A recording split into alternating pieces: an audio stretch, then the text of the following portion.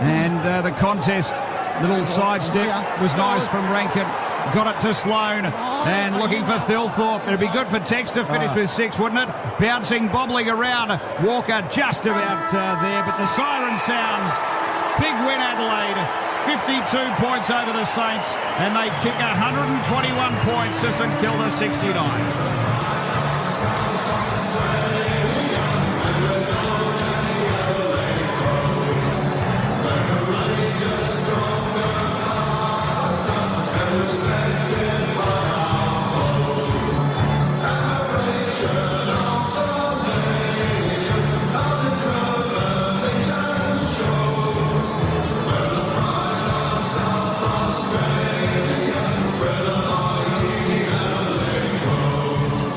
Big win for Adelaide, just pushes them up into the top 8.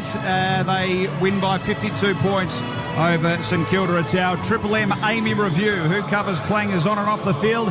Amy does. And of course, very shortly we'll be taking you to the Triple MCG. But right now, thanks to Fox Footy, let's head down to Mark Rasciuto having a chat to the Crow skipper, Dawson. Footy, and we knew we had to come out and bring the heat, especially around the ball. They pride themselves on sort of their contested ball and their pressure, so we knew we had to match them and beat them in the first, and it was a good, nice kick straight as well. How frustrating's the last couple of weeks been? Probably should have beaten Collingwood, but didn't take your chances, and then the Cats are always hard down there. Yeah, I think it's frustrating at the time, but you got to move on pretty quick. We've played a lot of good teams as of late, and I think just to even match it with Collingwood here and then Geelong at their home deck, it's really important for us as a group to know that our best footy is good enough, and we definitely learned a lot from those last 2 weeks, and it's really important that we came out and got the win today. Well done, mate. Good stuff. There is Jordan Dawson. Thanks to Mark Rasciuto and our friends at Fox Footy. Adelaide running out big winners by 52 points. Might head back down to Rouge shortly. Might be able to grab another chat. We've got Sean Burgoyne, Bernie Vince, Chris Dittmar as we look back on this game. And what do we learn out of this? What do we learn today? Oh, Adelaide are the real deal for me. That was a complete game. This is a big test for Adelaide, I thought. St Kilda being so good defensively, one-on-one, they play a good style or brand in terms of preventing teams scoring, but Adelaide, they've just smacked them in that area. Kicking 19 goals, 7. They were very good in front of goal, which I've had issues with. 121 points is a big score against a team that, their one wood is to lock you down. So it's a complete performance for mine from Adelaide. Let's head down to Tex Walker with Mark Rasciuto. Playing some good footy and playing really well during the week, and we were able to execute today, which was nice. It's probably one of the games that we've had 23 contributors for. Haven't had it probably for the last 3 or 4 weeks, so it was nice to get away to numbers today. 5 goals, a handful. Yeah, it was nice finally to get a handful. The boys up the field, though, I thought, especially off turnover, were outstanding, so it was awesome to get a bit of space and win a couple of one-on-ones. And you went past Brad Johnson on the all-time highest goal kickers list. I think you're under 50. You're in the top 50, about 47. Oh, there you go. He's a Fox Footy boy, isn't he? He'll be dissecting it tonight, but no, it's obviously I can't kick goals if you don't get the delivery up the field, so it's a nice little something to have. Want to say something to your mum back at Broken Hill? No, she's not back in Broken Hill. She's here somewhere. All right, well, say good day to her here then. I can't wait to give you a big cuddle. And my beautiful wife as well. She's a mother. It's a special day. Mums do a lot for our kids, and so yeah, happy Mother's Day to everyone out there. Well done, Tex. Well played. Great stuff. Mark Rasciuto having a chat to Tex Walker, thanks to our friends there at Fox Footy. So you touched on the Saints today about the defensive aspect, and that would be the big concern for Ross Lyon. Adelaide are the first team to have this sort of score against the Saints this year, and they destroyed them in the end by nearly 10 goals. What did they do differently that other teams haven't done this year so far, do you think? Well, Adelaide just went in with a lot more polish. They were, the smalls were kicking the ball inside 50, the talls were, the talls were kicking goals, the smalls were. They were getting bang for buck when they went inside 50. I don't think St Kilda expected the ball to come in with such ease. They want more pressure on the ball from their mids, and it just didn't happen. So the St Kilda backs were under pressure, from the first quarter where, the rot started from the first bounce when it went inside 50, and it just got worse and worse as the game went on. So very interesting to see, and, for a team that's built their reputation so far this year as being very hard to score against, Adelaide scored easy goals today. It's our Triple M Amy review, and don't forget, of course, this week only score 20% off your entire order when you spend $10 or more only on the My Maccas app. Is there a bit about it as well, about the way you play? Like, to play like St Kilda week in, week out, it's a very combative, hard-working, driven sort of style. And then you've got Adelaide, who are a bit more freewheeling and fun and take it on. I mean, can that affect the way teams shape up week after week when you get deeper into seasons? Well, it definitely takes a toll on your body in the second half of the year because it's so combative and it's physical, and then mentally it can wear you down if you're only kicking 8-9 goals a game, but you're winning. So you got to prepare, from the start of the week, so Monday through to the game, prepare for that type of game, and you've got to instill that into the younger players as well. So, but your senior players have to lead the way. And when you're winning, it's great, but when you're not, you're playing a hard game and you're not kicking very big scores, so you can weigh you down a little. I mentioned late in the game there, Sean, about Max King. How much does that change things? A lot, because then he's like that 200-plus centimetre tall guy where, for some reason, they don't think they can get the ball quicker to the other guys. Memory's a fantastic contested mark, really good. Mitch Owens has been taking some really good marks, and Filippo's a young kid, but he's shown so far this year he can take a good contested mark too. So for some reason, they don't want to go quick to those guys, but they do when King's there. So it shouldn't really make a difference. That one player shouldn't make that big of a difference whether you go quick or slow, but it is for them at the moment. We're heading to the Pies and the Giants after this. Just repeating, no late changes there. McGuinness, the sub for Collingwood, and for the Giants, it's Ward. We'll head to Luke Darcy, Nate Brown, Daisy Thomas, Kate McCarthy, Ash Chua, and Nat Unides. Byrne, Adelaide, they're coming through a really tough month of footy, so they're on the back of the Collingwood and Geelong game. They're coming into this. They've got the Bulldogs coming up, and then Brisbane, like these sort of sides. So this win for them at this stage of the season to push themselves back into the top 8, it's got to give them some confidence. No, it certainly has, and we were going to find out a lot about Adelaide, weren't we, over those 4 or 5 weeks, and they're 3 weeks into that tough little run they've got, and I don't think they've lost any supporters with the way they've gone about it. Should have beaten Collingwood. That's the one they'll look back on and go, geez, that was the one that slipped. That would have been a big win here at home, but you've got to move on straight away, and going down to Geelong's a tough trip too, but they didn't lose any supporters there either. They took it right up to him, and Franken kicks that goal late. They get within 6 points with 5 minutes to go. Not too many teams even get that close, so Geelong just kicked the last couple, but you forgive them for that. And then this is another test. St Kilda, good defensively, had to come out, and they bashed them up at their own game, Adelaide today, so certainly a complete performance now. But then the Dogs, you got the Dogs next week, so they're going really well as well. You got Brisbane, it just keeps coming. They're the good team, so it's still the test continues. Adelaide home by 52 points. We'll be going to the Triple MCG soon, Collingwood and the Giants, but we'll be back to wrap this one up at the Adelaide Oval. Adelaide by 52 for McDonald's and Ream Hot Water. Triple M rocks footy. That quarter for Titanium Caravans. Titanium Caravans are built to tackle Australia's toughest conditions. Visit titaniumcaravans.com.au. For Ream Hot Water. Triple M rocks footy. Built tough for Aussie conditions. When it comes to water heating, ask your plumber to install a Ream. Triple M's next marvellous Know the Show to Go experience is a fully funded trip for you and your best mate to the Ashes 4th Test at Old Trafford. Yes, it's M-A-R-V-E-L-L-O-U-S. Keep listening closely to the Marty Sheargold Show, then answer a question from the show while you're working. Simple. We call it Triple M's Know the Show to Go. Just gotta know the show to go. Gotta know the show to go. Your next chance to win, 9 a.m. tomorrow, only on 105.1 Triple M. When you're hungry for something different, book it. When your team is playing, book it. When the music has started, book it. Whatever your reason for travelling, Choice Hotels have over 170 locations across Australia and New Zealand ready and waiting. And you'll get the lowest price guaranteed when you book direct at choicehotels.com. So go ahead, book it with Choice Hotels. Terms and conditions apply.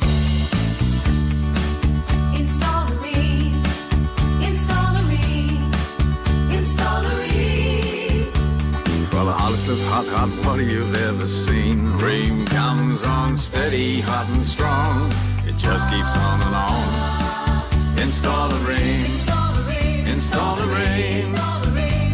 a Ream. Install a Ream. Ask your plumber for Rheem, Australia's #1. Together, we create what's next. You've got the potential. We've got the means. So let's get started. Apply for mid-year at RMIT. Start July. Cricos 001 22A RTO 3046. ROBOT Robot Building Supplies. The Man Cave, shed, garage, sports room, home office, whatever you want to call it, Robot Building Supplies has everything to renovate or build it. Robot's got it. Metal roofing, cladding, wall panelling. Robot's got it. Structural steel, timber, insulation. Robot's got it. With 24-hour delivery, get it done fast with Robot Building Supplies. Notting Hill, Sunshine, Preston, Dramana, Pakenham, Coldstream and Darnham. robotbuildingsupplies.com.au. ROBOT Robot Building Supplies. They're calling The Summit the hottest new show this year. An edge of your seat cliffhanger. Come on! Now, the wait is over. This is gonna get wild. Tonight on Channel 9, the television event of the year. You've got this! Take $1 million and split it 14 ways.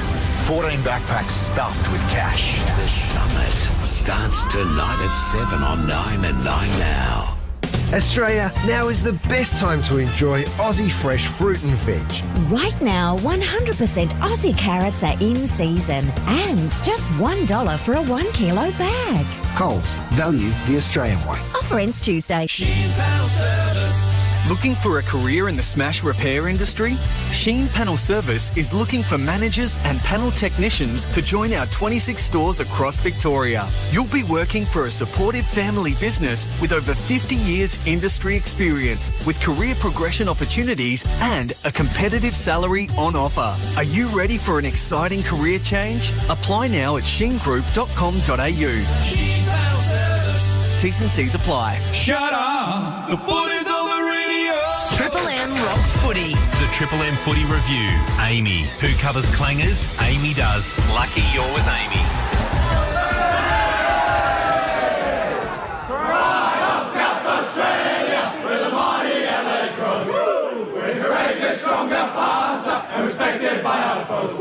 Admiration of the nation and determination. So, the pride of South Australia, where the mighty LA crows. Victorious Adelaide Footy Club home by 52 points. Big win over the Saints. They're in a tough month of footy, but that win pushes them back into the top 8, the Crows. For McDonald's and Rheem Hot Water, Triple M rocks footy. We've got Collingwood and the Giants as well at the Triple MCG. That will be coming up shortly. Standing by to take you down back into the Adelaide rooms. Might just grab our Macca's I'm Loving It moment before heading back down to the change rooms. Tonight's I'm Loving It moment happened in the last quarter, and here's how we called it on Triple M footy. Inside 50, one-on-one, Tex Walker-Wilkie. Holding, Adelaide. And Wilkie's given away the free kick, Tex Walker. Jeez. He'll love this. He likes these long pings at goal. A chance to kick goal number 5 for Tex. He's kicked beautifully today. Plays on, and from just a couple of steps goes bang. He's got a handful. Wow. It's a full house, a full mitt for Tex Walker. 5 big goals at the Adelaide Oval. He is still in great form, the veteran. Amazing stuff. Oh, great stuff. What about the Texan, boys? Isn't he just dominating? Actually, I'll tell you what, we'll do better than that. We'll go downstairs. Oh, you got him down. Got him. How's that for the setup? Like that, Tex, mate. Welcome to Triple M Footy. Here's your former housemate, your former teammate, Bernie Vince, with the first question. Tex, well played today. Congratulations. 16 disposals, 5 snags. Are you getting better with age? What's going on, mate? Mate, I haven't been good the last couple of weeks, so it was nice to get on the end of a couple today.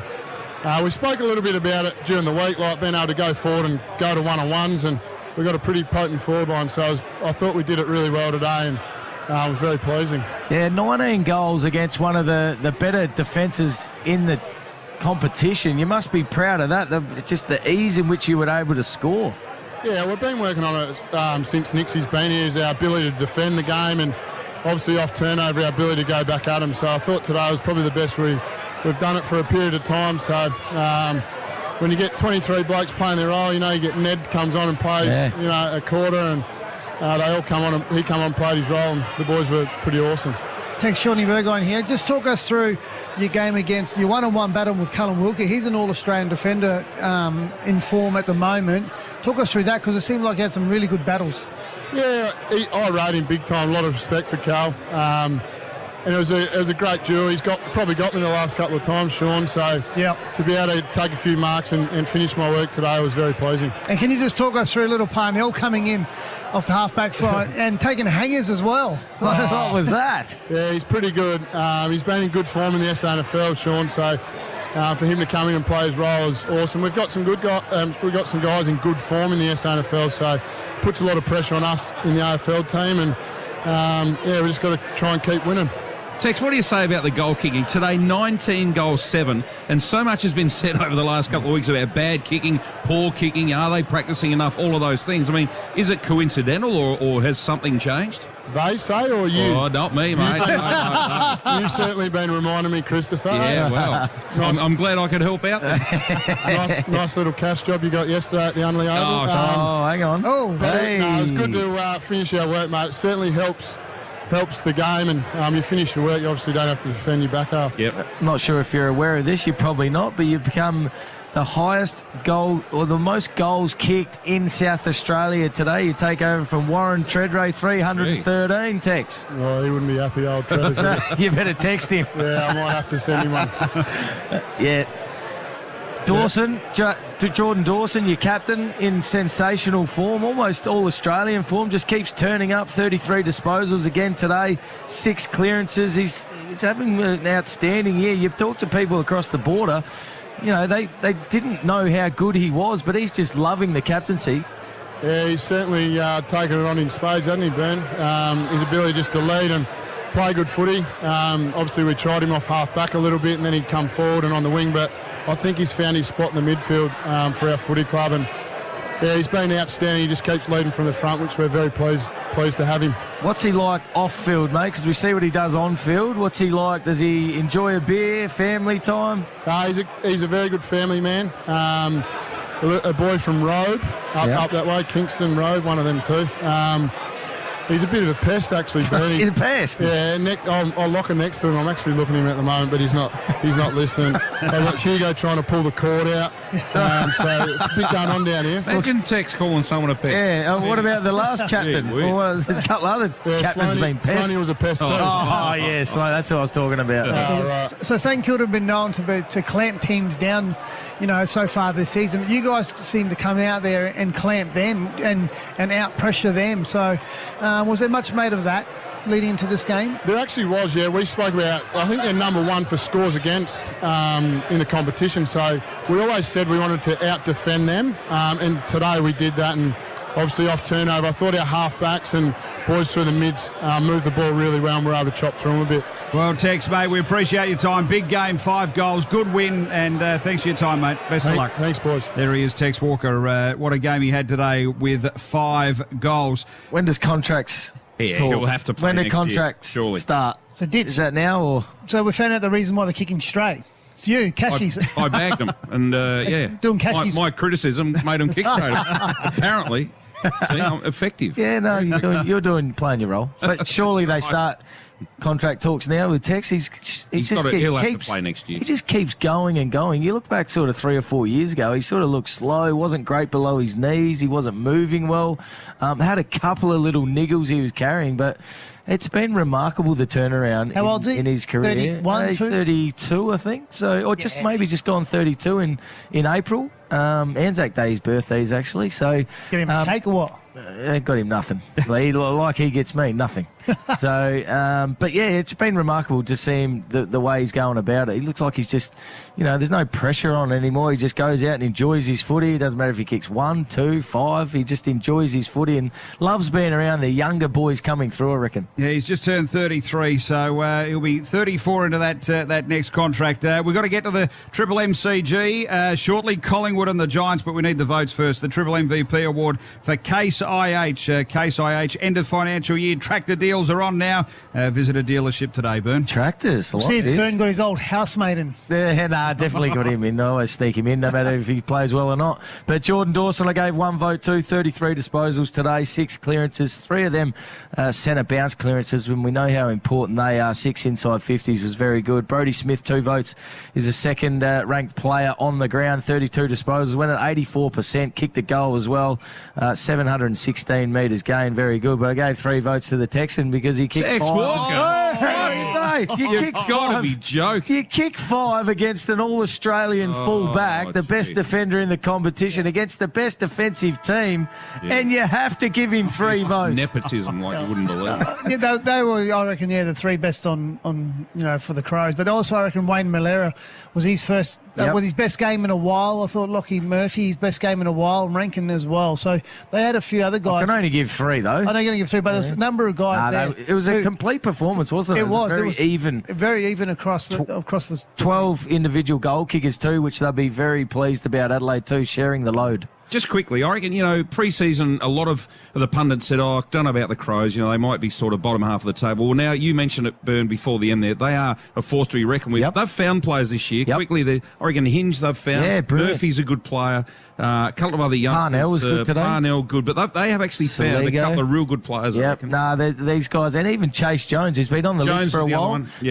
He's really come of age this year. Like, he was just going in the sandful, wasn't he, last year? The Triple MVP Award for Case IH. Case IH end of financial year tractor deals are on now. Visit a dealership today. Standing by to go to the MCG. Last word on the Saints, Silk. What's the fallout for them? Well, they've got to rediscover what made them so great in the first few weeks of the year, because right now they're getting scored upon when they made their reputation on not being able to get goals kicked on them. So rediscover that and get better bang for buck with their leaders. They can get the ball, but they've got to actually do something when they get it. Got the Giants and the Hawks the next 2 weeks, the Saints, so you'd think they'll win them. Adelaide home by 52 points. Choice hotels around the grounds. Whatever your reason for travelling, you'll get the lowest price guaranteed when you book direct at choicehotels.com. So go ahead, book it. Of course, last night it was a good win for the Bulldogs over the Blues by 20 points, and Brisbane by 42 points over the Bombers. We're standing by to take you to the Triple MCG. We got Luke Darcy standing by along with Nate Brown, Daisy Thomas, Kate McCarthy, Aschua and Nat Yanidis. It was Adelaide home by 52 points for McDonald's and Ream Hot Water. Triple M Rocks Footy. Time now for a news update with Matt Leighton. Thanks very much. Search efforts are ramping up for a local teacher along beaches on South Australia's Eyre Peninsula. Simon Baccanello is believed to have been killed in a shark attack in the area yesterday morning. The 46-year-old was among a group of surfers at the time of the incident.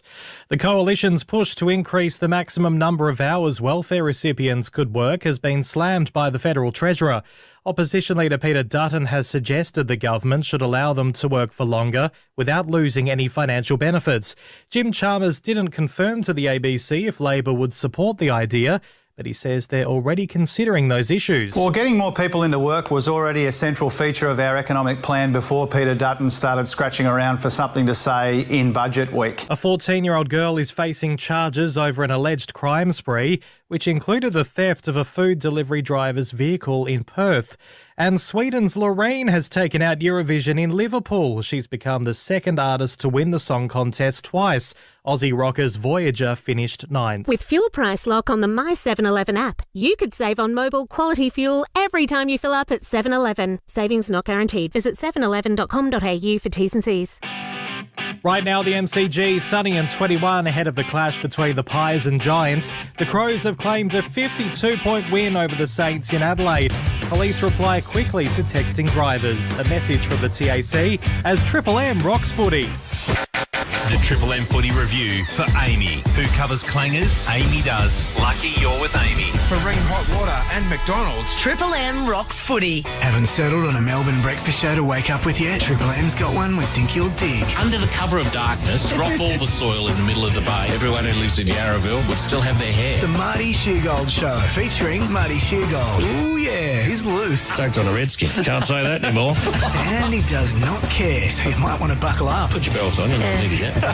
If you're about good times and rock's greatest hits, the Marty Sheargold Show's for you. Weekdays, 6 to 9 a.m. Only on 105.1 Triple M. Steel Solutions, Houston speaking. Houston, we have a problem. Okay, settle down. What's going on? Oh, my genius apprentice just backed a bobcat into a retaining wall. We've got to rebuild it by lunchtime tomorrow. Relax, mate. We've got all the retaining wall steel you need, and we can cut the steel to the exact length you need. And we'll whip it round to you straight away. Houston, we don't have a problem anymore. That's kind of why they call us Steel Solutions. Steel Solutions. The steel you need when you need it. Sunshine, Bayswater and Springvale. SteelSolutions.com.au. If there's one thing better than watching the footy, it's watching the footy with your mates. Talking about footy with your mates. And raising a Jim Beam with your mates. So here's to winning together. Losing together, but hopefully winning. And here's to you, grabbing some Jim Beam before the game this week.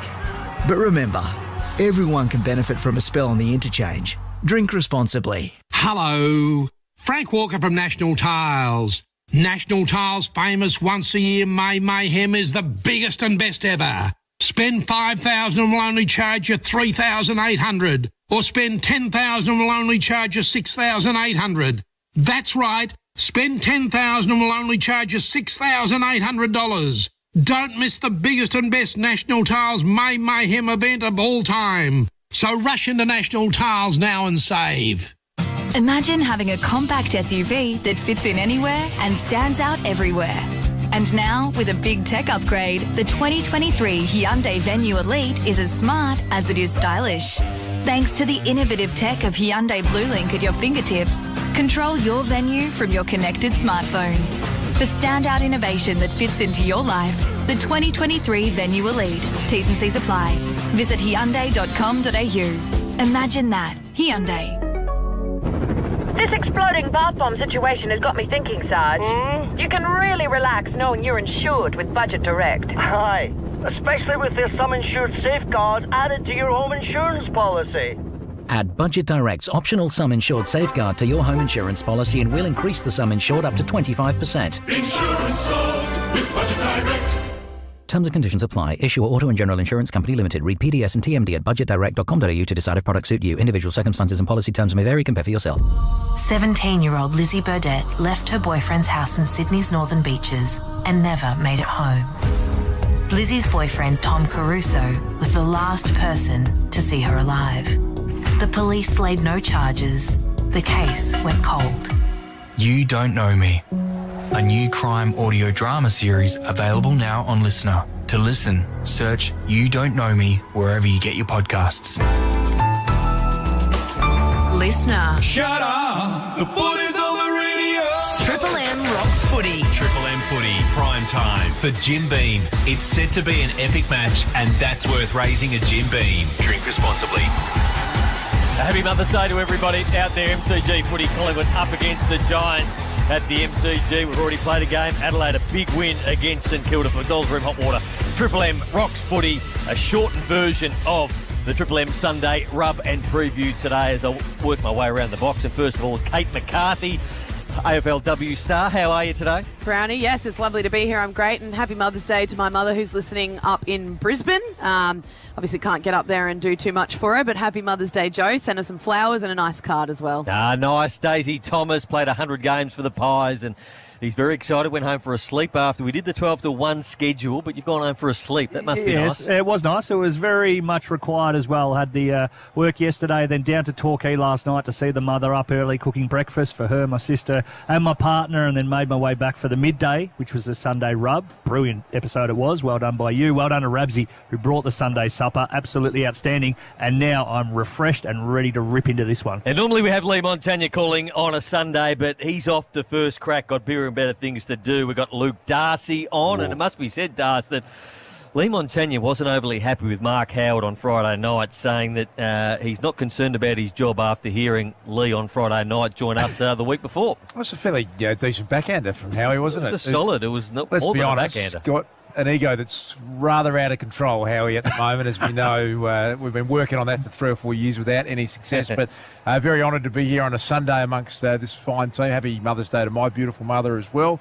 Gabriel didn't quite do Daisy and drive down and make breakfast, and you're making us all look bagged there, Daisy. Well, under you. The make breakfast might have been a stretch. They made breakfast and I ate it with them, but I was down there with them. And Ash Stewart, as always, Triple M Red Z Lending Pretty stats. big clarification, Dave. Look, we'll see how we go. Open to interpretation. Love you, Mum. What do you got for us, Ash? Afternoon, Brownie. Happy Mother's Day to all. Collingwood, they've won 15 out of their past 16 at the MCG. That only loss was against the Cats in the qualifying final last year by 6 points. Look at the Suns. They've been the Giants, I should say. They've been competitive. Their 5 losses this season has been by an average losing margin of 15 points. And if you break it down for the Giants over the past month, second for tackles and pressure. They're actually number 1 for pressure in the front half of the ground. Just with Collingwood, maybe a potential concern here is their scoring profile. Over the past 4 rounds, their scoring capacity has dropped by just under 5 goals per game from 102 down to 74, and the 17th for scoring efficiency. If you look at the past 2 premiers, Brownie, they've been ranked number 1 and 2. That is Geelong and Melbourne, of course. Nice work, Ash. A nice early Triple M Red Z Lending stat. So, Daisy, I've been out of the game for a while, but I sat here last week and I watched the Sydney Swans go after Nick Dacos. Yep. It's the first time we've seen that in a long time, but I enjoyed it, and I enjoyed Nick Dacos' response. I was surprised yesterday that North Melbourne just allowed Jason Horne-Francis go about his work and hardly touched him at all, but they didn't ask the question of him yesterday. No, they didn't. There's a couple of ways you can approach it. I remember back when Bryce Gibbs defected from Carlton across to Adelaide, and we had Brendan Bolton at the time as the coach, and he went with the tactic that no one was to speak to him. So we didn't go in and ruffle him up. We didn't go in and belt him around. Just no one spoke to him. So a bit of psychological warfare. Didn't work. We lost by about 60 goals. But it is interesting. And to your point about last week, I thought it was good from the Swans. You need to take away the opposition's greatest weapon. And at the moment for the Pies, that is Nick Dacos off halfback. If you let him do as he pleases, he's going to go a long way in winning the game for you. So to go after him, it was a clear team mentality. They did a great job. It wasn't just a first quarter thing. They handled it well too, though. Continued to the end, but he handled it well, knowing that everybody else had your back. It's harder to do it when you're not quite sure if you're just going to cop it all day and they're going to allow you to cop it. When he had the entirety of the team come in and fly the flag for him, I think that gives you great confidence. Yeah, and I just love the way he responded to it. He just... I don't know, he's stronger than I was. If someone was attacking me like that, it would really get under my skin, in the sense that I'd at least just give him one back or retaliate a little bit here and there. But he just acted like it was nothing that was happening to him, knowing that his teammates had his back, and then during the week offered to pay half their fines for the melee that went on. So what a great guy. And I just think his composure, and he's in his second year of footy and still... The whole team was coming at him, and he was just as level-headed as he always is. AFLW, melees, is there many? Not really, no. There's been a few here and there, but it's more just sort of a bit of push and shove. I think there might be a bit this year, though. There's been a lot of change with personnel, so maybe we'll see a fair few go after a certain few that have defected from their Sounds like teams. you're looking forward to that. Oh, absolutely. I don't play anymore, so I want all the scraps. It's a far cry from when we played DAS. We had a coach who we set someone who was in the gun every week. So Terry Wallace had someone in the gun. I remember our last game at the Whitten Oval, Tony Liberatore was set to tag Ben Cousins, and he was clearly in the gun along with Michael Gardner, and you had to go after them within the rules. Yeah, and the method behind that was that if they came into your area, Daisy, every player on the team, you were judged on did you go and make life difficult, which I think that was quite an intimidating tactic because it was every player on the ground. So in your mind, you're going, hey, there's Ben Cousins, I better go and give him one along the way through. Now, Libba enjoyed that more than most, it's fair to say, Daisy. So, but some players, Paul Kelly and they fell out over that big time and didn't recover their relationship. How did you go when Big Gardy came into your area? Were you... Well, that was interesting because there was a bit of history in that, Daisy. It was the last game at the Whitten. The West Coast Eagles in that era, you would have just crossed over, but John Worsfold, you had... Guy McKenna. They were the masters at particularly targeting young players. Yep. And they belted Scott West in his third or fourth game. He kicked 6 in his third game, Westy. They went after him and it unravelled a little bit from there. So there's a bit of history saying, hey, you've got a debutant called Michael Gardner. Right. And it was Danny Southern. It was have Steve a bit of your own. We might off our own Psycho back. Dent. Craig, Psycho Chicken, Matty Dent, Craig Ellis. Sorry, the Psycho Chicken. The Psycho his Chicken. nickname. That was his nickname. Psycho Chicken. That is What was his brilliant. first name? Matt. Matthew Dent. That's longer than his actual name. But unbeknownst to everyone as a debutant, Michael Gardner just started throwing haymakers. Yes, yes. So he didn't quite understand the way that it was supposed Gardy to fought back, He didn't he? fought back big time. Got about a minute and a half before we go to our first break. So let's talk about this game. Toby Green. Dave's got a question, I think. How do we get to Psycho Chicken? The nickname's fascinating at the best of time. He came from Fitzroy as the Psycho Chicken. He was just a wiry customer, like sinewy, but just he put his head in places where they weren't meant to go. He was tough as nails, but just he was psychotic, basically. And he looked like a That's chicken. the way he played football. He had legs like a chicken. He had legs like a chicken, really skinny, and so and a big nose like a beak as well. So I think it was part the way he went about football, but it was the part the way he looked one as of well. the great nicknames. Good man, the Psycho Chicken. He's back in McLaren Vale in South Australia. He was. He also had an allowance, so it was paid into his wife's account, and he had an allowance he was allowed to live off each week as well. Just so he didn't go too psycho. Get a touch personal here now. Talking about his personal finances. Sure, we need to go there.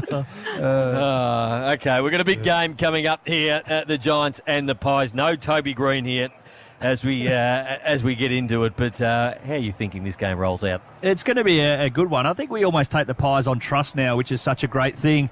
Their ability just to get it right, and even if they are challenged, but as Ash said, the Giants have been going pretty well, average losing margin of 15 points, so I expect them to be up for it, but the Toby Green factor is going to be a big one with him not being out there. Leroy's played the music. He's going to be the wind-up. Collingwood up against the Giants on the MCG on Mother's Day for McDonald's Ream Hot Water. Triple M rocks footy.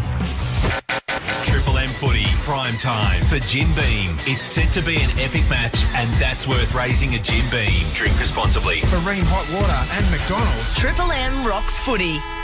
Hi, it's Marty Sheargold from Triple M's Marty Sheargold Show, and right now, Triple M rocks football.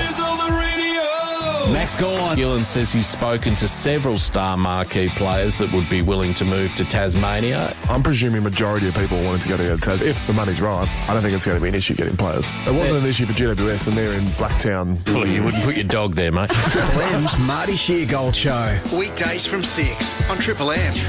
Get the podcast now from the Listener app. Australians are tired of waiting for someday, when they'll be able to say goodbye to fossil fuels and their energy is generated from 100% renewable sources. Now that day isn't someday, it's today. At Pacific Blue, we generate 100% clean energy from renewable sources like the sun, just like we have done for more than 30 years. Welcome to Pacific Blue, generating 100% clean energy now. Discover more at pacificblue.com.au. Get more value up top with Aston Homes. Aston Homes are offering a roof made from Colorbond steel as a no-cost upgrade on selected homes. Plus, Colorbond Steel is giving you the chance to win $10,000. Enter now at colorbond.com/getmore. Colorbond Steel. Made by Australia. Loved by Aston Homes. Conditions apply. See website. Open to Vic residents 18+. One entry per person ends 31 October 2023. Billy Brownless here. It's EOFY at Ringwood Mazda. A time for great deals and ridiculous acronyms. You need to head in IRL or on the dub because the deals are too good to mention. Ringwood Mazda's huge range is all ready for immediate delivery so you can get your MX, CX or BT50 ASAP. Plus the government's instant asset tax write-off must finish June 30. So don't miss out. Ringwood Mazda, LMCT 11143. ZZ. How was your day, son? Oh, tiring. Spent all day getting this erection up. How's it looking? Yeah, I'm actually really happy. Here's a shot I took of it. That could be your best one yet. How long will it stay up for? A good 3 months, I think. Oh, reminds me of the good old days. If you need scaffolding, Precision Scaffolding will come to your worksite and put up a quality erection that meets all building regulations and safety standards. They do it on budget, fully insured, and it's guaranteed on time or it's free. T's and C's apply. PrecisionScaffolding.com.au. Find thousands of restaurants, convenience items and groceries on DoorDash for under $1 delivery fee. From feeding the family to lunchtime delivery. From favourite treats to pantry top-ups. Explore a wide range of meals, snacks and everyday essentials with simple ordering delivered fast. Haven't tried DoorDash? Try DoorDash today and get 30% off your first 3 orders. Get more to your door for less than you think. T's and C's apply. Go to DoorDash.com or download the DoorDash app for more. Oh, that's far. Yeah, so much forgiveness. Yeah, it's... Did you say forgiveness? Yeah, forgiveness. It's forgiveness. That's what I said. Forgiveness. Far. Far. Introducing the Stealth 2 by TaylorMade. More carbon, more forgiveness. F-O-F-A. Available now from your authorised TaylorMade stockist. Shut up! The footy's on the radio! Triple M rocks footy. This quarter for Beacon Trade. Beacon Trade's here to partner with your business with Australia's biggest range of downlights. Beacon Trade. Let's make light work. We're at the MCG. You couldn't get a better afternoon for football. Collingwood taking on the Giants as we welcome the New South Wales audience. We've got Luke Darcy, Kate McCarthy, Ash Stewart, Dale Thomas and myself, Nathan Brown. We saw in the rooms before, Daisy, and I think the AFL and the clubs do this as good as anybody in the world, whether it's Anzac Day, Sir Doug Nicholls round. So we saw the Collingwood players, and not only the players, but the staff of Collingwood giving flowers out to their mothers for Mother's Day in the rooms. And then I've just seen the Giants players, as they run out to go through the banner, had all their mothers out, handed over flowers as well. The AFL do that part of the game so well. Yeah, it's brilliant. I saw the mothers of the Pies boys walking down and across the bridge when I was parking this afternoon. So they've obviously had themselves a luncheon over there at the Glass House and then make their way across. And it is great recognition too. What a lot of the mothers do, their ability to get their sons and the daughters, and we know the role that parents play in getting their children to the elite level is fantastic. So a lot of us very, very grateful for the support and love that we get, and it's good to see on one day we're able to show some special thanks and really honour them. Bob Jane T-Marts, buy 3 get 1 free deals plus instant cashback. Call or order online today. T's and C's applies. Nat Yanides is with us down on the boundary today, and a beautiful day it is. Brownie, you couldn't ask for more down here. Boundary side, no late changes for either sides today. The subs for Collingwood, Reef McInnes, and for GWS, the former skipper, Callan Ward. We're going to be keeping a close eye on Darcy Moore as well. Didn't train during the week, trained on Saturday, had a really nasty skin infection on his elbow, so he had a cut which got infected and it blew up quite badly. So that kept him grounded for a couple of days there, and John Noble also corked his thigh at training. So there are a couple that we would be watching for the Pies. Well, for GWS, they've got a debutant in Cameron Fleeton, who's been plying his trade in the VFL for the last 2.5 seasons. So a great day for the young man to make his debut. Hey, nice work, Nat. You can stream every game of Triple M Footy live on the Listener app. Download it now, LISTNR. The Tigers fans, we want to get a look at Friday nights, and also Adelaide today, belting St Kilda. But this game here, Kate, it looks to be a good one. The Giants, they're undermanned at the moment, but they haven't played in a game this year that's been within 21 points. So whether they've been beaten or they have won, it's always been 21 points or under. Yeah, it's always a tight game, and we also know how close some of the Collingwood games end up going. But I think Collingwood the last few weeks, Two-Man said how they've been a little bit down on their scoring, and I think just coasting through at the moment. They know what to do to win games, and it's sort of that funny time of season where you're just sort of in that build towards finals. You don't want to peak too soon, so I think Craig McRae's obviously got them in a great place to coast through, to win the matches that they need to win, but not do anything spectacular along the way, and I think that's the kind of holding pattern there at the moment. So I think if the Giants are on their game, it's fair game today. They've got an opportunity. I think without Toby Green, though, there's a huge challenge ahead for them. But the other T Green, Tom Green, he's in fantastic form. Career high 38 disposals last week and the 3 goals to go with it. And I am excited to see, as Nat said, the debutant for GWS, Cameron Fleeton. So he's averaging 24 disposals at 192 centimetres. He's going to be playing in the back line and has been really impressive in the VFL for the past year or so.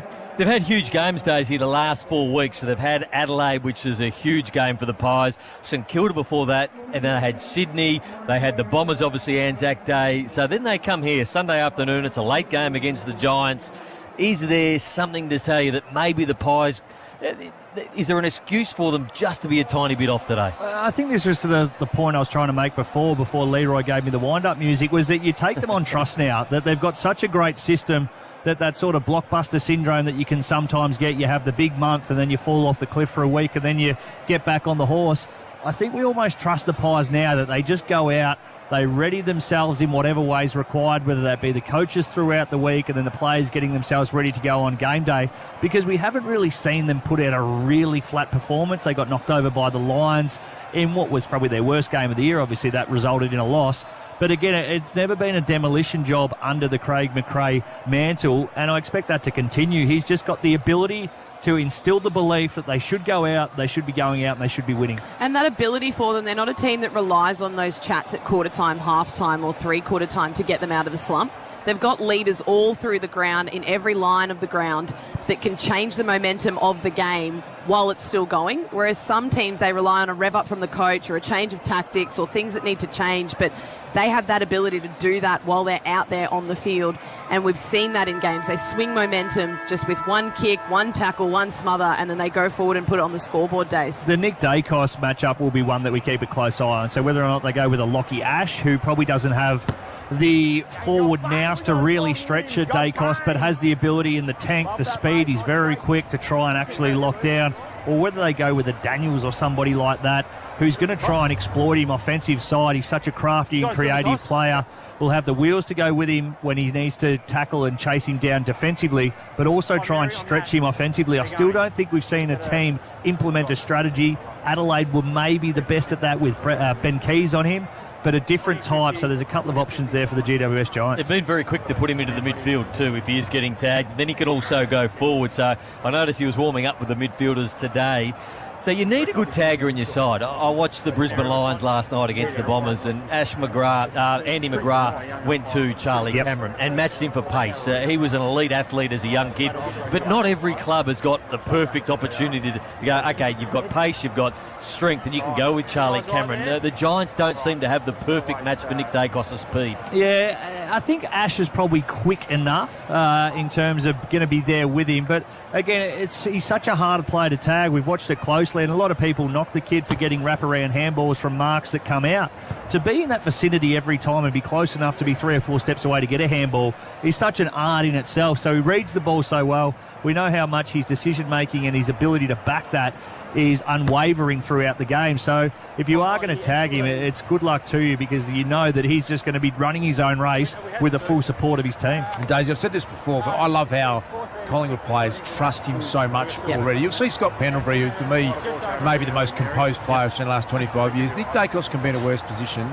They'll give it to him. That's how much they believe in his decision-making. For someone that age, I find it remarkable. And also, how much trust he has in the other defenders if he does run off and then the ball turns over, that they're going to help out, they're going to cover his man, because they trust him to use the ball so well going forward that they can then defend and pick up if they need to. Which is such a credit to the coaching group, because if you had any other team doing that, their system would break down. If you had one defender who just went off willy-nilly, wandered up the field, left a 6th defender, you'd be absolutely stuffed. Whereas they've come up with a game plan that allows him to play a bit more offensively, and they can slide around and cover for him, and they scramble in defence just to make sure that his weapon and his assets are on full display. And then on top of that, if they get in trouble, whack him in the midfield or forward. Is the go-to. It's a nice option. It's extraordinary. Hey, Duke, Jesse Hogan's been a good story. I mean, he looked on the scrap heap a couple of years ago, had his issues, but he was a star at Melbourne when he burst onto the scene. 16 goals in his 8 games, and he's playing some nice footy. He kicked 35 in 16 or so games last year, Jesse Hogan, so it's good to see that he's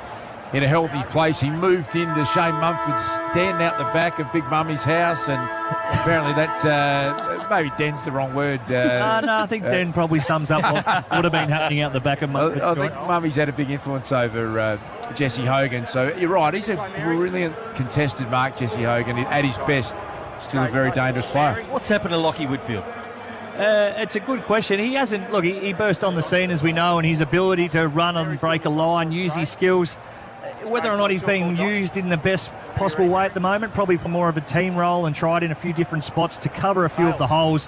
Obviously a lot of talent going out of that side, so he isn't able to run his race like he once was up there at the Giants. Nat Yanides, Bob Jane team arts. Yeah, Collingwood have just won the toss, so Darcy Moore has decided they're going to kick to the city end, so the right of your dial. You know, the player that I think I look at on GWS's list, and he's an emergency today, is Jake Riccardi, who I can't work out why he's seen glimpses of him looking like he can tear a game apart, but not able to quite deliver often enough, is he? Yeah, he's got the ability to take a catch. He looks like he kicks the ball really well, makes the most of his opportunities, but he just hasn't seemed to have grasped it, Kate. And he's only played the 33 matches, and for someone that's playing that position, we've seen how long it can take for them to find their feet playing forward of the footy, trying to take those grabs. So without that real continuity in his game, he hasn't been able to get that experience, get that confidence that you can when you're playing game after game. Ash, Triple M, Red Z Lending, loans for the self-employed. Just give us a stat to follow as we go into this game. Yeah, Nick Dacos coming to this round leads the AFL in disposals at 34 per game, but he's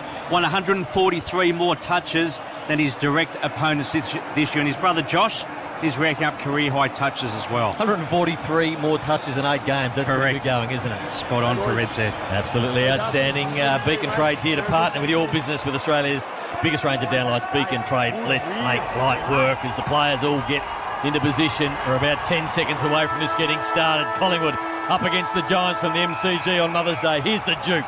Round 9, final game, about to get underway here at the MCG. It is the Pies taking on the GWS Giants. Haven't seen a genuine upset this round, have we, Kate, so far? So could it be the GWS Giants who are big underdogs, and Mason Cox gets first hand on the footy. He's going to come out Magpies' way. Mitchell, the ball magnet, kicks it to centre forward, but a nice defensive mark. He's taken by Lockie Whitfield, Kate. So it's Xavier O'Halloran who will have the job so far on Nick Dacos. Looks like he's running with him a little bit to start with. Ash moves the ball quickly. Now the Giants at half-back. They're hemmed in. Nice work by the Collingwood press. They weren't able to get out. Here's Haynes at half-back. Short ball finds Josh Kelly on centre wing. So it's a slow build-up early for the Giants. Josh Kelly settles on a long left footer, looking for Hogan. Can't mark that. Front of the pack. Ball popped away. Crisp was there. Side bottom. Getting a stack of the football again this year. He's become attacking beast out on that wing, and the ball goes out of bounds. Nice crowd in too, man. What are you thinking? We're nudging close to 40,000, Das, which is a great crowd considering it's Mother's Day in the time slot. Yeah, they turn up, don't they, the Pies fans? And why wouldn't you if you love the famous Collingwood black and white? Their side gives great value every week. Cox again in front. Mitchell applies a tackle. Cornelio tried to escape and Crisp got him.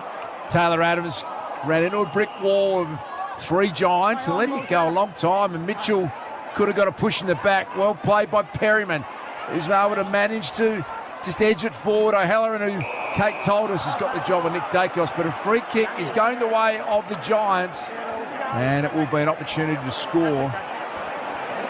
James Peatling's got a chance, 45 metres out. Looked like that might have been the classic drawing of the free kick. Ball came in low. He led with the shoulder, lifted the arm. Umpire right on the scene, but fell for it. Geordie De Goey came in hard, ripped his head off. Be interesting to see if Jack Ginnivan gets those today then too. Just a little reckless there, Geordie To Go on that occasion. So Peatling, not a known goal kicker, hasn't kicked one this year, but from 45 he gave it a big hook. And the first score of Sunday afternoon is a minor one going the way of the GWS Giants. That is on the Triple M Beacon Trade scoreboard. Nick Dacos to do the kicking in. So we get a stat early when he walks out of the square, and why not? If you're good enough to get the kicking in duties, you deserve a stat. He has a bounce, and he runs away. He gives the handball to Quainer. Never lost a one-on-one, he told us. Towards centre wing, not a great kick. Johnson will fly, though. Made a good fist of it. Then tackled. Haynes picked it up. He caught one high. Off the ground by Johnson. Adams' handball was nice to side bottom. Side bottom to a stationary Mason Cox. Went with an Irish sort of kick. Didn't really go anywhere. Josh Kelly picked it up. Here's Perryman, really good user. Got it to Ash. Ash has got a player on in the middle. That's Haynes. Haynes will go to Cornelio. Cornelio at centre half back. Under pressure. Almost tackled to the ground. Now he is. That'll be holding the ball. No, the umpire gave him the benefit of the doubt. Said to play on. Tom Green hacks one forward. Darcy Moore in the way. The bounce goes to Quainer. Now back to side bottom. He's got some support in the form of Oleg Markov, who sends a nice one to Adams. Daisy said they are out. Ash Johnson over the top. Myercheck. He goes short to Jamie Elliott, and he's kicked it in the man of the mark. Jack Buckley, that was a certain goal. Well played, Buckley. Just read that well. Sorry, Dave. No, read that well. He knew that they were going to have to go quickly, and Johnson didn't want to waste any time, so he didn't push back at all off the mark. Really well played. Just a really nice opportunity there when you sense that to go with the ball step around. You know, the defenders coming, pressing at pace to try and take it away. Got to get off the ground and jump in the air. Side bottom with the surging forward handball. Ash wraps up Bobby Hill, his old teammate, and then it'll be thrown up just on the edge of forward 50 for the Pies. First game against his old side too, Bobby Hill. Found out during the week his actual name was Ian. What'd you think it was? Bobby. Tom Green have it smothered off the boot. Ash up against the boundary line. Side bottom. In some space. Got the handball out. Crisp. Another one to Ian Hill. Ian Hill goes with the underground kick. And he kicks an absolute belter. Right along the ground. And that is top shelf. First goal to the Pies to Bobby Hill. And they lead by 5 points. Well, how good's that for a finish? He knew the moment, knew that you just talked about him days, and then really came through with the goods. To his credit, he had a look up, he looked centering, did the team thing, and that actually drew, it was Connor Iden out of the square. So Connor Iden was that goalkeeper. As soon as he looked back towards central corridor, he then came to his player. That gave Bobby Hill the opportunity to just dribble it through. What a finish. Great opening goal for the Pies. Kate McCarthy, Daisy Thomas, that's your Triple M Seabus Super special comment. Seabus Super making hard work pay off and a bit of class. Didn't know he was Ian too, Daisy. Yeah, it's a good one, that. Nice little fact on a Sunday afternoon. Ian Bobby Hill kicks the first goal here at the MCG. Pies have got a 5-point lead. That bounce will come back. Recall, Mason Cox, Big Matty Flynn. Thrown up for the two big man. Good to see Mason Cox back out. They're closing in on 100 games. Big Maso, 98th game tonight. It's the Pies who scramble a kick forward. Tom Mitchell was the man who did it. Here's Adams. Handball's pretty good to Jamie Elliott on the left foot. Johnson in the goal square. Cannoning back is the debutant Cam Fleeton with a bit of bravery. He put his body on the line and did well. Got it through for a rush behind. 1 goal, 1-7 Collingwood, 1 behind the Giants. Triple M Beacon Trade scoreboard. If Mason continues this run of form and stays in the side, his 100th game will be on the same day that Steele Sidebottom plays his 300th. Outside five. So no doubt Mace will have a week off so he can make it more about himself at some stage. Play on. So Haynes from the back pocket, looking for a target out there in Hogan. He couldn't mark it. Throw. He's going to be pinged for the throw, as you heard Razor Ray say. Stand, please, Jesse. So Collingwood with Quainer. A handball around the back. The Nick Dacos chips the ball into the forward 50, but only as far as Ash. We read it nicely, and Ash at half back. Looks in the corridor. Ash and the Pies very organised in every area of their game, but they rarely give up a corridor kick. Ash, that was pretty well weighted. Outside 5. Chance now for Angwin. Just his 5th game, Ryan Angwin, left footer. On, play on. Yo. Sends it down to Shane Warnstand wing. Some flyers there. Darcy Moore couldn't complete the mark. Now Daniels, good sweeping handball to Tom Green. Had career high numbers last week, 33 and 3 goals. Bouncing ball inside 50 for the Giants. Crashing through was an opportunity there for O'Halloran, who Kate's told us is locking on to Nick Dacos. Is that right, Kate? Yeah, it looks like that's what the matchup will be. I don't think it's a hard tag or anything. I think that's who Dacos is taking as the forward. Holding, Collingwood, jumper, Mason Cox, stand. So you heard the umpire. Mason Cox will take the free kick. He's in the back pocket. Thank you. He's got Darcy Moore just to the right, so he chips that to him now. Darcy Moore could go further, and Murphy, but elects not to go there. And Oleg Markov offers up a lead. Says, no, Oleg, I'm not going to go there either. He's going to go back out to the Shane Warne side. Looking for Mason Cox, who's made some space. Goes back with the flight and takes a big mark. Mason Cox gave the handball off to Josh Dacos. Another one to Joey's man, Hoskin Elliott. Here goes Brody Myercheck. Right foot ball looking for DeGoey. Had to stretch it. And then he jumped up and got the ball just at the point of the square. Sold some candy. Run around the man on the mark. Inside forward 50 to Johnson. Good movement by the Pies. From the back pocket to the forward pocket, and they'll have a shot at goal. Just the ability of Geordie to go there to get around the man on the mark. So Johnson was actually in the back position, not in a great spot to call for the ball. Connor Iden, his direct opponent, had taken the front position, but once he got around the man on the mark, could kick it in a touch flatter and really allow Johnson to have a run and jump at it. 19 goals, 7 from set shots this season, or career. So Johnson, this is a tough one. Up against the boundary line, under the scoreboard. Comes in with the drop punt across the face. Not going to be a goal. Fisted over the boundary line, and it'll be out of bounds on the full in the end. So he's still 19 goals, 7. Why is Will Hoskin Elliott Joey's man, can I ask? Outside 5. Yeah, Joey just likes the way played. I'm glad I asked. We really got some clarity there. Send it through Jack Buckley, and that's a good mark. Aaron Cadman, the number 1 draft pick. Oh, this is dangerous when you've had 3 hours off. He's taken a nice mark at half back. Play on. He's a powerful-looking athlete, this Cadman. Exciting for Giants fans. Lloyd on the wing here. Pendlebury Toe pokes it cleverly. Nick Dacos emerged with a footy. That spells trouble all round. The kick has been paid downfield. Got a bit of a clubbing, I think, Nick Dacos, and Joey's man, Will Hoskin-Elliott, is going to take the shot 45 metres out at the city end, directly in front. Yeah, just waiting for the Harvey Norman replay here, but I think it was 2 hands in the back after he'd kicked it, and he ended up straight on the ground. Razor Ray saw it. Downfield free kick every day of the week.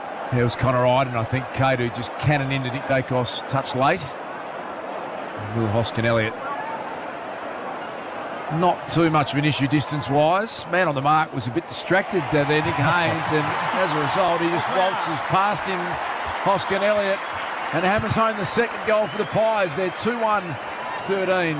The GWS Giants one behind on the Triple M Beacon Trade scoreboard. Beacon Trade here to partner with your business, Australia's best range of downlights.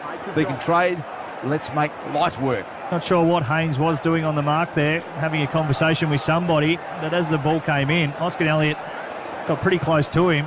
Really smart play on the wing here by Pendlebury. Saw that he had a man in Adams. It was going to be a decent contest and he'd have to pick it up really cleanly if he was going to go the sliding Michael Voss motion with the handball. Instead he went by foot, just a little toe poke. Nick Dacos spreading, Pies out everywhere. Triple M Red Z, Collingwood number 1 for ground ball differential. They're +4, 8-4 in the clearances. They also rank number 4 in the competition. They're leading that stat 4-1. Ball up in the middle. Pies got the first 2 and Mason Cox went whack, but only as far as Cornelio. Turn one around the corner, a bouncing ball to 50. Clean bowled a heap of them, but not Darcy Moore, who got back to Nick Dacos. Dacos, this is a big kicker, 50-50, looking for Ginnivan. He couldn't mark it. Picking the ball up was Peatling. He's on his left. And it's probably not his natural side because he kicked it nowhere. Sidebottom, who was behind him at the time when he kicked it, was able to pick the footy up. That's how bad it was. And now Pendlebury at half back. He's got John Noble, David's son. Johnny's got it right in front of Nat. And on the interchange side of the MCG, Pendlebury gives it back to Noble. Worked in a confined space, looking for Ginnivan. Connor Iden was a mark or a free kick. Took front position and did well, the GWS defender. Play on. Cadman down the line here. Decides to go short instead to Josh Kelly. Now the lateral option back to Ash. They're trying to just caress their way down the line here. They share it to Iden. Out wide, Haynes. Normally a pretty good decision-maker, Nick Haynes. He drew a bit more pressure than he intended and affected the kick. O'Halloran gave a good contest at half forward, and that's where it will be thrown up. Strong tackle from Jordan De Goey. So at the punt road end, GWS attacking. They'll have a throw-up. They trail by 12 points. Collingwood 2-1 to 1 behind. Cox's tap out was good to Mitchell. Crisp tackle to the ground. And we'll have a ball up. So at the point of the square, the Giants in attack. Some pretty ordinary entries so far inside forward 50, not giving their forwards any chance. Mason Cox takes it out of the ruck and slams it towards half forward, but Haynes read it well. Took the mark into the middle of the ground and he finds Brown. So Callum Brown, centre half back. He's got players to the left and the right. He chooses to go to the left, and here's Lockie Ash. He's at half back. He has to go all the way to the boundary line, and Peatling leads up and takes the mark, still deep at half back. Not a lot of movement. There's not great signs at the moment for the Giants. Peatling, right foot. I think that's his good foot. That was just as bad as the one he kicked to the left just before. Out towards Jamie Elliott. I'd picked it up. Now Tom Green. Ash. Bouncing ball. Here's Peatling again. Don't let him kick it. Oh, he's got it again. Handball this time did well. O'Halloran. Underground ball. Darcy Moore up against Hogan. Darcy Moore just paddles it out. The ball still alive. Opportunity for the Giants still. Cornelio kicks it straight back, and it's a touch ball. The Pies will get it back. And dump kick from Josh Dacos lands right on the chest of Mason Cox. Some of the Giants' kicking skills early days here have been very hard to watch. Here's Bobby Hill. He's going to take on Josh Kelly with a little KB handball to himself, but he's good enough to do it. Bobby against his old teammate Iden with a good defensive spoil on Jamie Elliott. And it will be a boundary thrown. Let's get down to Nat. Bob Jane, team arts. Jack Ginnivan's gone straight down to the rooms. Looks like he might have copped a knock to his knee, so he's limped straight from the field and has gone straight down the race. So the boundary throw in. Pies in attack. Johnson doing the ruck work. Fisted it forward to Myercheck. Myercheck hacks it out. Batistuta style, but it's out of bounds on the full. And a free kick will go to the Giants. Callum Brown in the back pocket. Myercheck fresh off a career high last week, Ash. 5 majors for Myercheck. Triple M Red Z lending stats, loans for the self-employed. Callum Brown playing Gaelic footy for County Derry before making the switch to AFL. Dan Taylor, thank you. First time I've seen him live before. Canterbury B rookie signing back in 2017. Daniel, move it on. Play on. This is Lloyd for GWS. It's a bit stagnant in their movement. They need Hogan to take a contested mark, and he's done it. Oh, he's stiff, Jesse Hogan. Oh. And then Ray's calling for a throw. Wow. Did well, Jesse, to keep his composure. Yeah, he could have excused him there for going berserk. Both chunks of it. Playing was a call. Maynard sends the Pies into attack. Nice mark from Whitfield, Kate. Just to support your point from before, Das, 44% kicking efficiency in the front half at the moment, GWS. Nice chain of handballs, ends with O'Halloran, but kicks it straight back to the Pies again. Dropping the mark back there was Murphy, still an opportunity. Cadman got it out. Now they can go to O'Halloran. Another handball over the top. Callaghan can kick a goal. And they get there first. That was a nice chain of play. And the young man, Finn Callaghan, playing his second season, kicks his first goal of the year. And it's a 6-point lead to the Magpies. Well, they were able to get some overlap run. Previously, they would have kicked that from the midfield, but they had a couple of extra handballs. Murphy dropped one he probably should have taken. He won't be super happy with that, which then ended up in a turnover. Can't defend that. GWS were just running in waves at the front of that contest and ended up scrapping it forward and getting a goal. Nick Haynes averaging career-high disposals and marks per game at 21 and 9. He's had 5 disposals. He's already taken 4 marks and 1 intercept. True man with the Triple M Red Z lending stats. Red Z lending, loans for the self-employed. REDZED.com. You want to find out more from the team at Red Z. That's an important steadier for the Giants. Very talented young man, Finn Callaghan. Going to be a fine player, the number 3 pick from a couple of years ago. Matched up with still side bottom. This commentary side wing will look forward to that match-up as the afternoon progresses. Well played, Himmelberg in the ruck, clean possession. Jesse Hogan runs on to it, and then slick handball comes to O'Halloran, and he has a big crack across the face of goal for a minor score. Giants with a bit of momentum all of a sudden. 1-2-8, they trail Collingwood 2-1-13 on the Triple M Beacon Trade scoreboard. Isaac Quainer to the kicking in. Darcy Cameron talking about him last week. Says he's got the best body in the AFL. Long ball to centre wing. Fisted away. Dacos' hands were brilliant. Got it to side bottom. Now to Gowie. Found some space where there was none and got a kick into the middle. Brilliant kick. Now they go. Crisp. Left foot. Movement by the Pies was brilliant to Myercheck, who marks it on the 50. Bobby Hill makes space into the pocket and marks the footy. That 15 out tight angle, but again, from deep in the back pocket, all the way having a shot at goal, the Pies. Bobby, straight back on that line. Crisp ball movement from the Pies there. Every handball, every kick to the advantage of the player running on for it and calling for it. Myercheck hit up beautifully. Saw Bobby Hill slid into the hole that his lead left. Laced him out, 15 metres out. It's been a nice pick-up, Bobby Hill. 8 games, 10 goals. Good forward pressure, left foot, and he's got 2 today already. So the Pies get their third. Bobby Hill putting on a clinic in this first quarter. And they lead by 12 points. How good was Jordan to go his composure in the middle of the ground then? He wore a few. The pressure has been pretty good from the Giants, and he had every right to just give that first handball, but he looked, saw that there was no one on, then had the time to look to the centre of the ground, and beautiful kick out for Jack Crisp, who then, as Day said, hit up Hoskin Elliott, and then the rest was history with Bobby Hill finishing beautifully. Let's get to Nat for Bob Jane T-Marts. So Ginnivan is back out of the rooms. He's just been running up and down the boundary, testing out his legs. Seems to be moving pretty well, so he'll be good to go in a few short minutes. Thank you, Nat. Bob Jane T-Marts have great buy 3, get 1 free deals plus instant cash back. You can call or order online today. T's and C's apply. So we'll keep an eye on Jack Ginnivan. Pies have got an 11-point lead. Just under 8 minutes remaining in this first term. Flynn and Cox do battle in the ruck. Canilio first possession, but charging at it. Taylor Adams, Mitchell now. Nick Dacos game streaming off halfback. Superb to Pendlebury. Look at the class of Scotty Pendlebury to Elliott. Juggled mark. That is some rolled gold. Collingwood at their best. Just the ease of which they're moving the ball. It's decent enough pressure from the GWS Giants, but every handball, player doesn't have to break stride. Need even the decision from Pendlebury there. Could have had a shot on his right, waltzed around, executed the skill on his left. Elliott with the snap round the body. No dramas at all for Jamie Elliott. Back-to-back goals for the Pies. They extend their lead. They're now out to 4-1-25. The Giants are 1-2-8. That is all on the Triple M Beacon Trade scoreboard. Said before the game that they'd sort of just been coasting through the last few rounds, but they're really starting to flex their muscles here today.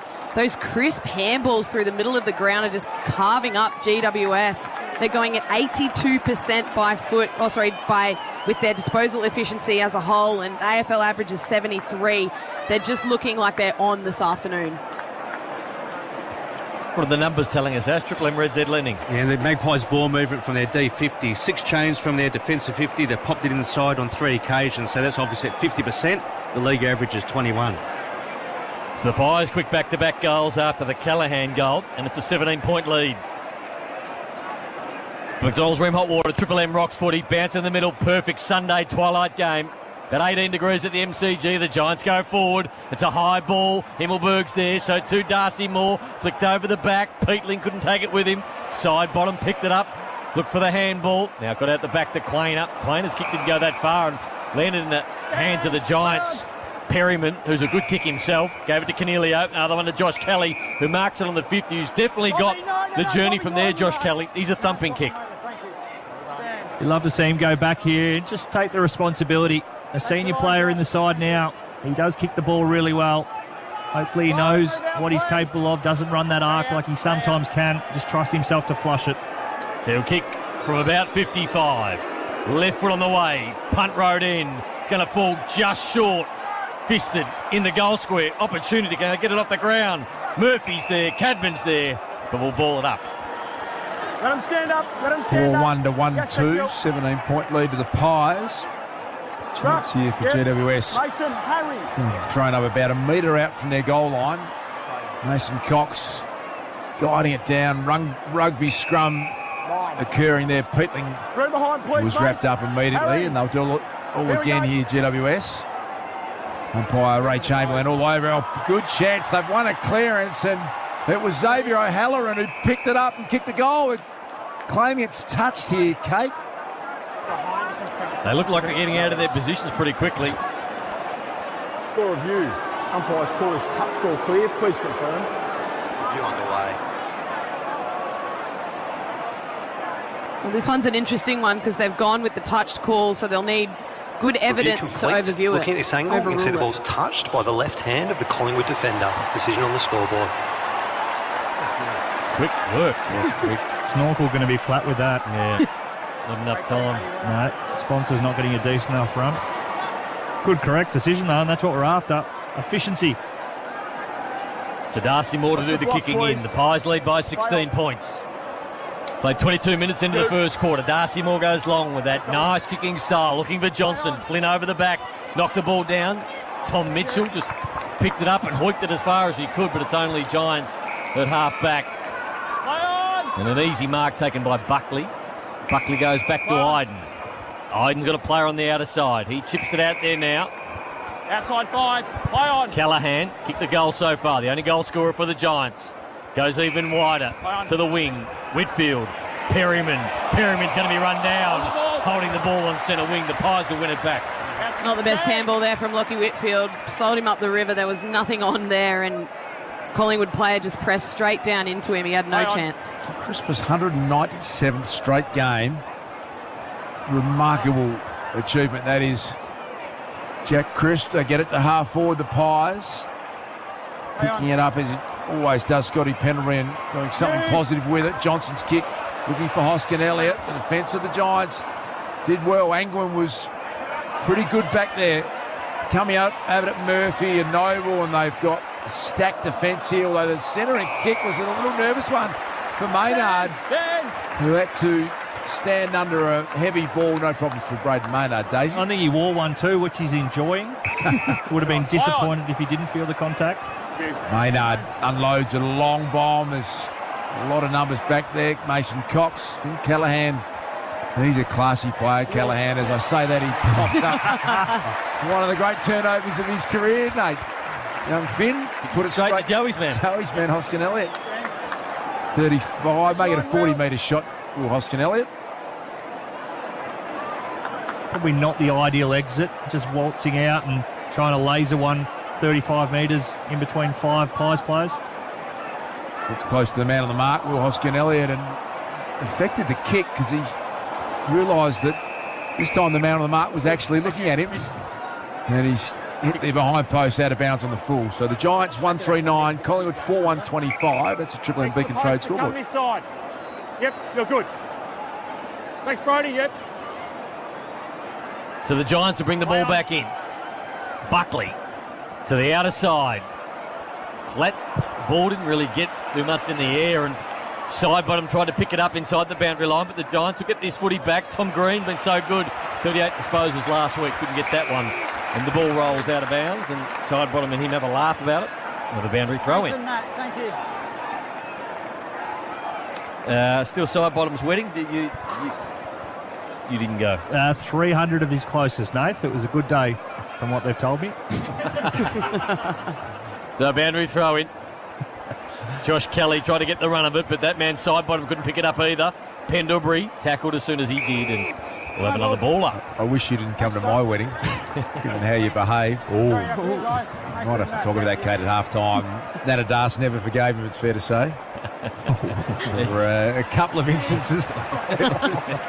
Bobby Hill edged underneath it. Side forward 50 picked up by Mitchell. To go his hands, beautiful. Noble can score from there. Tried to pick out Hoskin-Elliott, and in doing so has turned it over to Angwin. Shares it with Callaghan. Now Ash out of defence for the Giants. Got a man out there on the wing on the Shane Warnstand side in Himmelberg. But they get there with some quick play, and then it's a bit hard. Lead up target Lloyd, but they're still only at centre wing, and the Pies zone back Callaghan. So they're edging their way forward here, the Giants. Finn Callaghan dumps a long kick. Hogan the target. Mason Cox got back. Couldn't complete the mark. Ground ball for Bedford. Noble wraps him up inside forward 50. Kate. Getting the switch game going, the GWS Giants, clearly what they want to do to move the ball, but they're just getting really stuck on either side of the ground. Can't move the ball back through the middle. Collingwood zone has them all worked out. Cox lost the sunglasses. Had to go back and put them back on. And a free kick will go to Collingwood for Noble. Run around the back was Dacos. Under pressure. Has to release the kick. And Brown dropped what he should have taken. He kicked it out of bounds on the full. A calamity of errors by Callum Brown. He shakes his head, and Ginnivan will get the free kick. So Ginnivan chips the ball to Jordan De Goey. Always drops into a space. Jordan De Goey takes a lot of uncontested marks, gives it off to Maynard, who was under pressure. Now they win it back to Giants. Well done by Brown. Brown got it out in front of Himmelberg. Himmelberg's handball to Daniels. Daniels handballs it out. Green looked, then went one way, then went the other, and he chose the right target. Out towards Jesse Hogan, just put out the one juke, which was rather relaxing for him. But he marked it.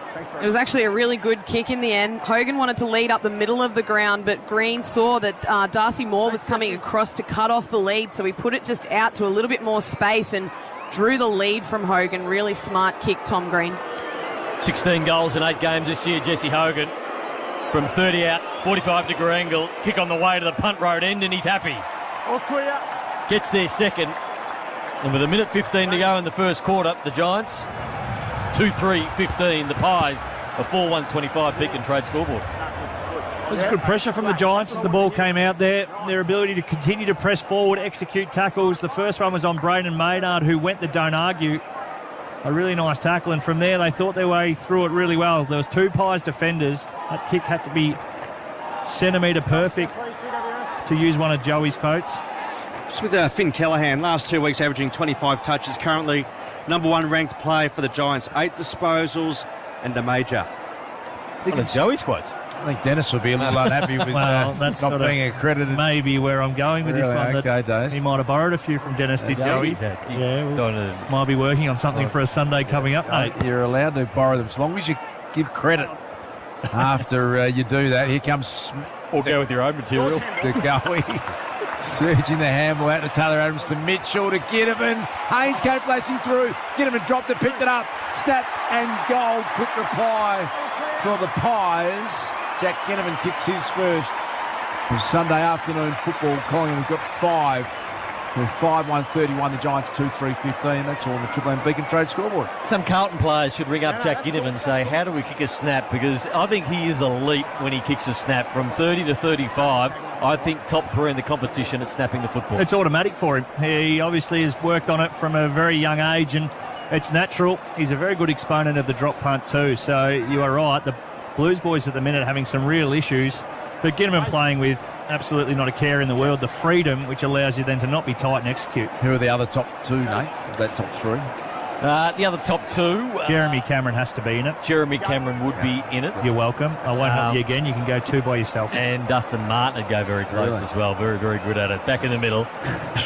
Tom Green picks it up and pumps the ball inside forward 50. Hogan couldn't mark that one. The race is on. Daniels, all 172 centimetres of him. Handballs backwards. Opportunity now for Callaghan. Loads up with the left foot, but he hooks it badly. Through for one behind. Got a bit of a spray from teammates for going for goal, but perfectly okay to do that from just on the 50. It's a 15-point lead in favour of the Pies. Cape with Bedford. Daniels there, keen to get that speed in the front half. The Giants, Adam Kingsley coming out of the Richmond program. Well, that's been a big part of what they do. Mason Cox has started pretty well, true man. Triple M Red Z, he has his 6 touches for Cox. Move it on, please. It's an incredible story. He was on US 60 Minutes a few weeks back, talking up AFL footy. Beautifully done to Goey. Brilliant front and centre. Johnson, Elliott back to Goey. Hoskin Elliott was going towards goal. Ginnivan came up at it, dropped the mark he should have taken. Second effort was really good from Jack Ginnivan. Haynes tried to guide it to a teammate down there, and there is the quarter-time siren, which shows a scoreboard of 5-1-31 Collingwood, 2-4-16 the Giants, 15-point margin in favour of the Pies. Kate McCarthy, you've got Daisy Thomas, Shoeman, we've got Nat Yanidis, Nate Brown on fire on a Sunday. And for McDonald's and Ream Hotwater, the Pies by 15 points. Triple M Rocks footy. That quarter for Beacon Trade. Beacon Trade's here to partner with your business with Australia's biggest range of downlights. Beacon Trade. Let's make light work. For McDonald's. Triple M Rocks footy. This week only, score 20% off your entire order when you spend $10 or more. Only on the My Macca's app. Triple M and the Mighty She-Gold Show's 10K Spinner DJ. Sue from Croydon North not only knew these songs,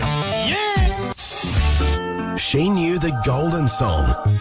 Straight Line by Silverchair. And became 10 grand richer. You've won $10,000. Be like Sue. Win the Marty Sheargold Show's 10K Spin It DJ. Oh my God, Marty, thank you so much. There's 2 chances every morning. Thank you for listening. Your next shot is tomorrow morning at 7 on your home of good times and rock's greatest hits. Triple M. This is Bruno driving to the footy. And this is his cheap insurer reading the policy fine print. Clause 9D of your car insurance says you're not covered for thingamybobs. Thingamy-bobbed at claim time? Beware bargain insurance regret, Bruno. Choose Amy instead. Who pays out over 99% of motor claims? Amy does. Lucky you're with Amy. Acceptance rate for the 12 months up to 30 September 2022. Before buying insurance issued by Amy, read the TMD and PDS at amy.com.au and consider if it's right for you. Together we create what's next.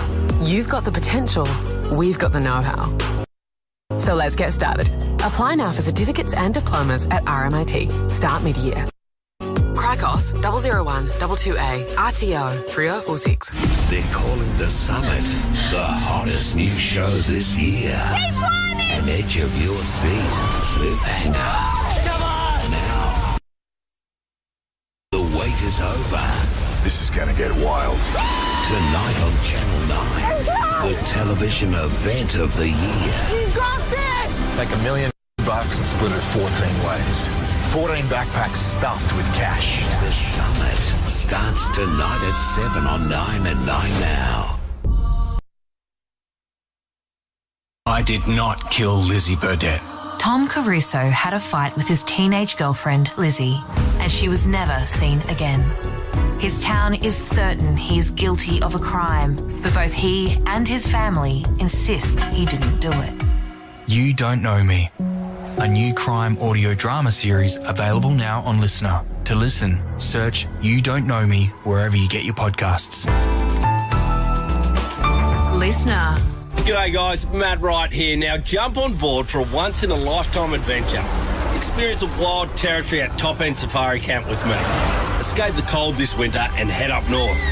Check out topendsafaricamp.com.au. Australia's constitution is 122 years old and still doesn't recognise Indigenous Australians. This year, we have a chance to fix that and give Indigenous Australians a real say in their future. To find out more, visit yes23.com.au. Join us. Authorised by Dean Parkin, Australians for Indigenous Constitutional Recognition Limited, Sydney. Monopoly Shop Scan and Win is on now at a participating Vicinity Centre near you. Simply spend $10 or more in one transaction at a participating store. There's thousands of instant win prizes up for grabs. Keep playing to build your category sets for the chance to win incredible weekly prizes, including a brand new MG ZST Core. Sign up today at monopolyshopscanwin.com.au. Australian residents 16 plus only. Ends May 31. Keep receipt. Entry limits and terms apply. See website for details. Shut up! The foot is on the radio! Triple M rocks footy. This quarter for Titanium Caravans. Titanium Caravans are built to tackle Australia's toughest conditions. Visit titaniumcaravans.com.au. The Magpies hold a 15-point lead at quarter time, 5-1-31. The Giants at 2-4-16 on the Titanium Caravan scoreboard. Bobby Hill kicked a couple in that first quarter. They didn't seem to break a sweat in that first quarter, the Magpies. Triple M Red Z lending stats. Ash, how did they do it? They were very efficient when going inside 50. 36% goal scoring efficiency for the Pies. League average at 21. And Mason Cox, Brownie, number one ranked player. 7 disposals, 3 clearances, 7 hit outs. Triple M C-Bus super special comments. Kate McCarthy. Yeah, just Mason Cox on that point from Ash there. He's just had a really good balance of knowing when to go quickly, knowing when to give a handball received, or knowing when to be positioned long down the line for that get out of jail kick. I think that's something that he's really obviously had to work on coming through his career. We said he's nearly reached the 100 games and he's starting to get that real positioning and have those games where he doesn't just float in and out. He's constant and consistent through the entire match. But at the moment, I think the score sources, as we can see there, the clearances, they're up 10-6 and they've scored 3 goals, 1 from those clearances. GWS just scored the 4 behinds from them, and that was an area that coming into this season they really wanted to improve. It's why they got Tom Mitchell. It's been widely documented, and it's something that they've really been able to capitalise on so far. Bob Jane Team Marts, buy 3, get 1 free deals, plus instant cashback. Call or order online today. Nat Unides. We saw Jack Ginnivan go down to the rooms in that first quarter, but he did come back out and play out the rest of that first term. It was a knock to his left knee, so perhaps just a bit of a corky there for the young man. We've got about 40 to 50,000 fans at the MCG today. That's what Collingwood was expecting, which, as far as they're concerned on Mother's Day, is a pretty good result. Bill Tough, Rossi Gishins, when it comes to water heating, ask your plumber to install a room. Just about to kick off the second quarter. Have a look at the Harvey Norman replay. Just saw Toby Green has made the trip to Melbourne, sitting in one of the super boxes here. They'd love to have him out there because forward of the ball, they've looked a bit impotent, Duke. Bit of an ankle injury, they tell me, Nate, with Toby Green. I reckon he is the number one difference in a side. If you took one player out, no one makes a bigger impact than Toby Green. He loves the big stage. Would have been good to see him. Hopefully it's not too long before he's back out there. Free kick. Going to go the way. Harry Perryman. Umpires mic'd up for us, as always, on Triple M. Canelio just didn't see McCreary. Got a late handball away to Kelly. Here's the first gamer, Cameron Fleeton, who sends a high ball looking for the big ruckman Flynn. Cox was there to defend. It will be a boundary throw-in on the forward 50 arc for the GWS Giants. They trail by 15 points on the Triple M Titanium Caravan scoreboard. So boundary throw-in right on the 50. Starting to get a bit cooler at the MCG. Nat down there, is it? It's starting to cool down a little bit now that the sun's gone down, but it's still pretty comfortable. So a nice day at the MCG. Green from the restart to Whitfield. Tackle by DeGoey was really good. Slung him in the tackle. Green went back in. He was under pressure as well. High ball looking for Flynn. Marks that. Back to Whitfield. Whitfield dealt with after he kicked it. Daniels was the flyer. Peatling, left foot. And then misses. 3 for 1 behind. Clear out, please. 5-1-31 the Pies. 2-5-17 are the Giants. Darcy Moore happy to get rolling quickly. Got it to Noble. Further down the line, Josh Dacos playing wing as well as anyone in the game, I reckon, Daisy, Josh Dacos. He got a really nice balance of staying involved but also holding his width. Some of the teams he come up against, they just run the pure outer-side tram tracks. He's obviously allowed under Craig McRae to come in impact but also get back out and provide that width and outlet. Here's McCreary. Got it from Isaac Quainer. Coaching the under-13 Glen Irish Gladiators today. Nate had the wings just staying out nice and wide, borrowing a little bit of Craig McRae. Did you, with some success. How'd they go? Had a good day. The beautiful day for junior footy out there today, mate. Is there any inspiring speeches from you? Just a lot of passion, mate. Looking for Mason Cox, and he marks from the side. Playing a nice game, Mason. Just floated in. All 6'10" of him. And he'll go from 50. Look at them lurking around the back here. DeGoey, Mitchell. I'm not sure Mitchell's the one. Maynard as well. I reckon he'll puff out the chest and have a shot himself here. Well, there's no doubt when he's got the football. And DeGoey runs past and Mason looks at him and said, I wouldn't have thought so. I don't think Mason can kick this far. He does finish very well. Big Mason. Still Maynard hangs around. And now the umpire says he's not going to handball until you get out. So Mason from 51 unleashes a big one. Massive kick by Mason. And he's banged a big one home.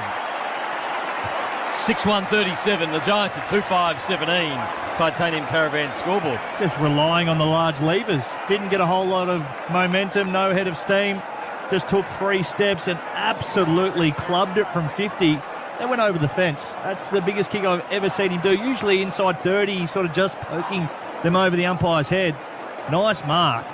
Absolute class finish. If you watch the approach, you could have been forgiven to think he was passing it off and just sitting it to the top of the square. It was just so measured and relaxed, and that's what a lot of players don't do when they're having a long shot. They don't go through their usual technique. They try and really overreach and overkick it. Having a look at the Harvey Norman replay, he just absolutely loved that. He's got some serious swagger. It is ridiculous. He's put his hands on his hips and then just reached into the cookie jar with the one finger. Craig McRae found that all very funny on the Harvey Norman. I love how he goes about his footy, though. You've got to come full circle and appreciate Mason Cox in his 98th game. He goes better than a goal a game is Nick Dacos, with Pendlebury wanting to find Josh Dacos. Rare handball error, but Josh Dacos good enough to win it back, and Pendlebury gets in for some more support to Nick Dacos, to brother Josh. What's Nick up to, please, 2-man? 9 touches. Comes in board to Mitchell. Quainer streaming past. They're starting to open up the Giants here. Collingwood. Maynard spearing kick, looking for Elliott. Little fingernail in from the ruckman Flynn. Elliott to the goal square to Johnson. That is class. One end to the other. And Ash Johnson has got a bit of a gimme. I don't think that kick from Elliott, it went about 45 metres, but I don't think it got any higher than 5 metres off the ground. It was just a dart straight to Johnson. It was a beautiful kick. It's great footy to watch, isn't it, Collingwood? Always moving it, always trying to surge and score, and Ash Johnson right on the perfect end of it, directly in front. Punt no there, no problems at all for Ash Johnson. And Collingwood extend their lead out to 26 points. They're 7-1. Giants at 2-5. That's all on the Triple M Titanium Caravan scoreboard. The kick from Nick Dacos to brother Josh out of the back line was absolutely phenomenal. Had 3 players descending on him. Was able to carve one through on a 45-degree angle. And from there, that was a play that just released the entire field. Obviously, when you've got 3 players going to one, there's going to be spares out everywhere. And the ability of the Pies to identify which is the best option. Side bottom ran wide, which opened up the corridor for Elliott. And as soon as Elliott got it, that was an absolute laser inside forward 50. Triple M Res Z. Collingwood only 1 more entry inside 50, but they've taken 7 marks inside their attacking 50. Giants only 2. Gone coast to coast a bit too, Ash, haven't they? They certainly have. Their ball movement, they're going at 50% from D50 to inside 50, and they've generated 3 goals zip from their defensive 50. They're gone at 50%. What's the average normally? 21. Whew. So back in the middle. Cox up, went well to DeGoey. Bouncing ball, the 1-2, Scotty West style, back to DeGoey. Got it from Mitchell. Looking for side bottom. And then the first gamer out there is going to get a free kick to Fleeton. Stand! Good size, young Fleeton. Left footer, chips the ball, looking for, and he finds his ruckman in Flynn. Back 2 metres, Tom. Back 2 metres. So Flynn just backwards of centre wing. He's got a player coming around the back to receive the handball. He says, I can do the job. And he lied. And not that well. Kicked it out of bounds on the full. Lockie Ash said maybe you should have given it to me. Side bottom with the free kick. Ruckman, Duke. Yeah, doesn't do you any favour. No, it doesn't help. Use, good English, Dale. Doesn't do use any favour. My mum would be appalled. Here is side bottom. Didn't invite Daisy his wedding, which is call. Mason Cox is... He could kick it from here. He's turning it on big time, Kate McCarthy. Is Maso. He's got Jamie Elliott, who got Cannon into. No free kick, McCreary. Handball back to Mitchell. Very hard to tackle, Tom Mitchell. Gets it back to side bottom. Happy left, all right. This time he goes with the left. And Bedford's trying to take a hanger in defence. Didn't quite complete it. Josh Dacos in there, Taylor Adams, Connor Iden, pimpling around Ash. Mychek got him. Spills out to Callum Brown from the Giants, and he's wrapped up in some good Collingwood pressure. And they can apply some more because they'll be thrown up inside their forward 50. The umpire quickly comes in. Mason Cox will be the ruckman with Flynn. Cox won it, looking for DeGoey. It's been a good combination so far today.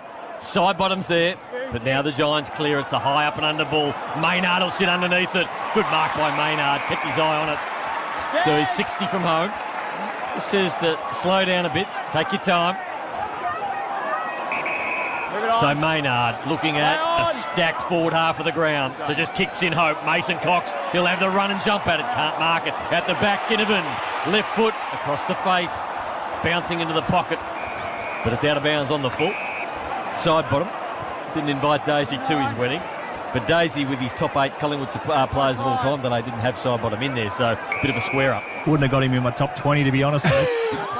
Not because he's not in there, because he didn't invite me to that wedding. Can officially go jam it, Sidey. Just retribution, Daisy. Lee Montagna did his top 10 St Kilda players and left Max Hudson out. Stuart Lowe. The social boys were clipping it up, and he went in there and he said, actually, can you not clip it up because Maxie won't be happy? Pies surging forward again. DeGoey overran that one. Their pressure has dialed up a notch. Taylor Adams involved in it. Canelio happy to just call it a 50-50 at true centre-half forward for the Pies. Just snuck out to a handy lead here. 7-1-43 Collingwood, 2-5-17 the Giants.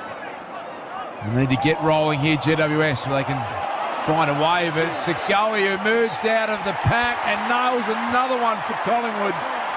They are doing this in a bit of a canter at the moment. 8-1 to 2-5. Adam Kingsley puts on the Giants coach in his first year. He's got some drama at the moment on the Triple M Titanium Caravan scoreboard. Doing it in a canter, but systematically taking the Giants down. Their ball movement's been outstanding, but also their pressure seems like it's lifted in this second quarter. And a lot of that because it has been a touch dirtier in the fashion that they're playing, going inside forward 50 in those last couple of occasions. Their want and ability to scrap, fight, keep the ball in their forward half. Absolutely first rate. Yeah, agree, Days. It's that pressure inside that forward 50. We've seen a couple of times come off hands, and GWS players have been first to it, but they've been good enough to lay the tackle, get a secondary stoppage and keep the ball in there.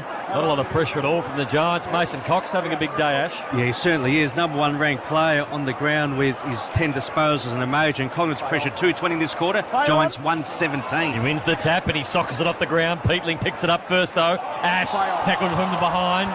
Well done by Bobby Hill, who Daisy just found out's name's Ian. And the ball's out of bounds. And centre wing, just the attacking side for the Magpies. As we see, Ian Hill on the Triple M Harvey Norman replay. Bonus gift cards on selected TVs, soundbars, fridges, washers, dishwashers, and more now at Harvey Norman's shop in store online. Is there any logical move, Kate or Daisy, for the Giants? We'll come back to that in a moment. It just seems like they're accepting a bit of the fact they're outclassed here today, and it looks like a bit of a lopsided contest at the moment. Josh Dacos, a Mychek. Love the way he launches at the footy. The big check, he gives great value. Always goes full bodied at it, takes a good mark. Yeah, what you're saying, Das, I think they're just exiting way too easy out of stoppages. They need to tighten up in the midfield. If they can't win the footy, they need to stop Collingwood from exiting out the front door of stoppage, because we saw on that occasion, many other occasions through this match, they're just going to hit them lace out in the forward line because their forwards are so good at presenting and giving them that opportunity. 10 goals too from set shots this year. Brody Mychek coming off his career high best, 5 goals last week, and he loved it. Absolutely loved it off the boot. Mychek That is the last 5 goals of the game now Collingwood's way. The only 4 goals of the second term. And the 9-1-55, GWS 2-5-17, Triple M Titanium Caravan scoreboard. This game's over, Jude. Quarter. Done. The way it's going and how little pressure they're putting on, this could be an 80 to 100, 100-plus demolition today if the Giants don't turn up at some point. Absolutely. There's 12 minutes still to play in this quarter, and the Pies doing what they will. It's got a real stench about it. Just the past month, so Giants have been ranked second for pressure, second for tackles, averaging 70 per game.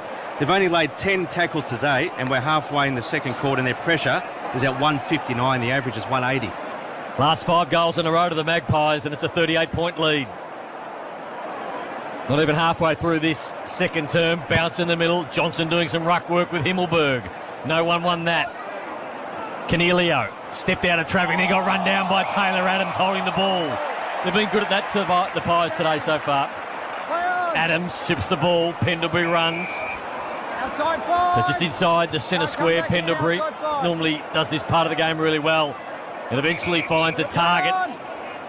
So Pendlebury, handballs now to DeGoey. Told you'd find a target.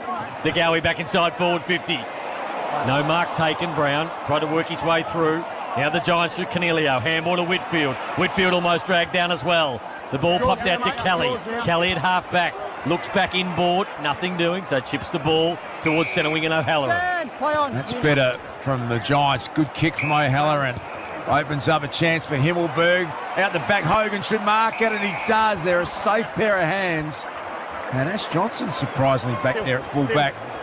So the Giants should get a goal that they desperately need here, Kate. I'd say that's the first time in this match they've had the corridor. They've been able to bring the ball back in the inside and then go for the quickest route to goal. And every other time they've had it, they've switched a few times and then had to go all the way around the boundary. That looked a lot better from them. Taking the brave kick back through the middle and then getting the ball moving quickly. Can make you nervous at times, Jesse Hogan, in this part of his game. Having said that, he's 12 metres out directly in front, Jesse Hogan. No problems there at all.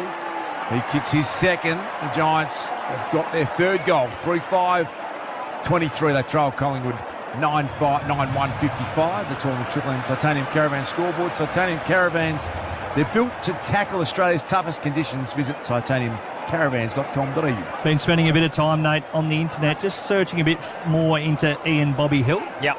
So Ian is his father's name as well, but he was given Bobby by his grandfather as a young boy, as he had an insatiable love for Bob the Builder. Little Bobby. Bobby. It's very cute, actually. That is great. Some wholesome content on a Mother's Day. Triple M Red Z lending stat. That's Ash, isn't it? That's Red Z lending stat of the year, I reckon. 9 rounds in. You don't reckon you can beat that? Says something about my form, doesn't it? Would we say it's more a fact than a stat? I like the school teacher coming out there, Kate. So back in the middle for McDonald's Room Hot Water. Triple M Rocks footy. Nick Dacos playing in the middle, handballs to DeGoey. He's forward handball. And then Ash Johnson dropped it, so he got caught holding the ball. Peatling at half back. His handball was smothered. McCreary went in hard. Himmelberg couldn't get the ball out. Dacos does. That's Nick to Ginnivan. Ginnivan, 2 kicks from home. Scans the area. Now he chips the ball to McCreary, who marks the ball 48 out directly in front. Just feels like the Pies make the right decision every time they're going forward with the ball. Ginnivan there had it. He was looking. There was players forward. They were trying to get to each other to provide a block. He was scanning the field, but as he did so, he just saw McCreary pop into a pocket of space. Little dinky 15-metre kick. Has a set shot on goal. They're good at the set shots too, the Pies. 15 goals, 6 career. Is this man McCreary? Have to be a long kick though. 52 out. Gives it a big blast, but goes wide. Through for one behind. 56 plays, 23. 23-point lead to the Magpies. Halfway mark of the second term. What's the block? Lockie Whitfield. Beautiful kick at the football. He's got the fullback kicking duties on this occasion. Kicking in from the punt road end. And that is a 50-metre bullet to Canelio. Overlap run from Callaghan. Sends it the Hogan direction. Darcy Moore sets himself. Powerful fist taken away by Himmelberg. He was confronted by Sidebottom. Back to Himmelberg. Murphy came charging at him, and that pressure forced an errant handball, and it will be a boundary throw-in, slightly attacking half of the wing for the Giants. What's great is look at all the Collingwood players celebrate that effort for Murphy.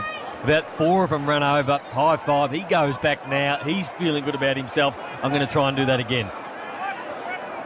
So boundary throw-in. Flynn works his way to the front of Johnson.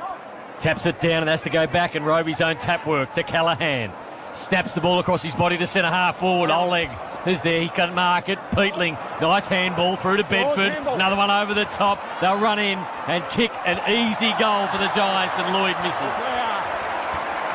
From 15 out, would have been back-to-back goals. You generally put that one down, didn't you, Nate? You put your head down. I was about to write it in the book. Smashed it into the goalpost. That's disappointing from Lloyd. Had a certain goal. Harder to miss than kick that, I reckon. Daniel Lloyd. Dacos from fullback. Wanted Johnson. Callum Brown did well. GWS Giants. Straight back. He got his frame in the way. Did Callum Brown. Drew the free kick. Play on. Himmelberg wants it deep. Just caresses that one to Finn Callaghan, who's not without a chance from here. Takes some kicking, about a 51-metre effort it'll be, Finn Callaghan. You're too close. Keep going back out. He slapped it so hard into the post, Reed, that it's still moving. Just here. You can see the top of it still just wobbling around. Callaghan opens up a bit of space. Got a bit of wobble on the kick. It's to the goal square. Cannoning in Himmelberg. Back to Bedford. Peatling gives it to Canelio. Can they manufacture a goal in the Giants? It's off hands.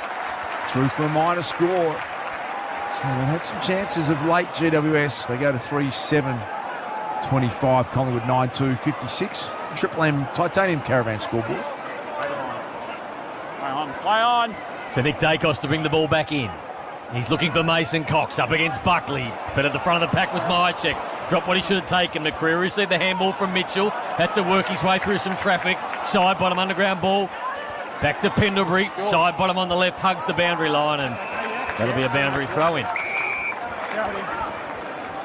It's a boundary throw-in on centre wing.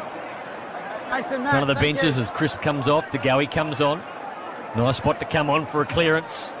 He's the clearance beast, DeGoey. Up against Perryman, and Cox and Flynn do the ruck work again. Cox having a field day at the moment. Working his way through was Callaghan, but it fell to Mitchell. Mitchell barreled towards half forward, and Myercheck couldn't mark it. Coming out was Fleeton. Collingwood just pressure everywhere. Haynes sweeps one, still under pressure.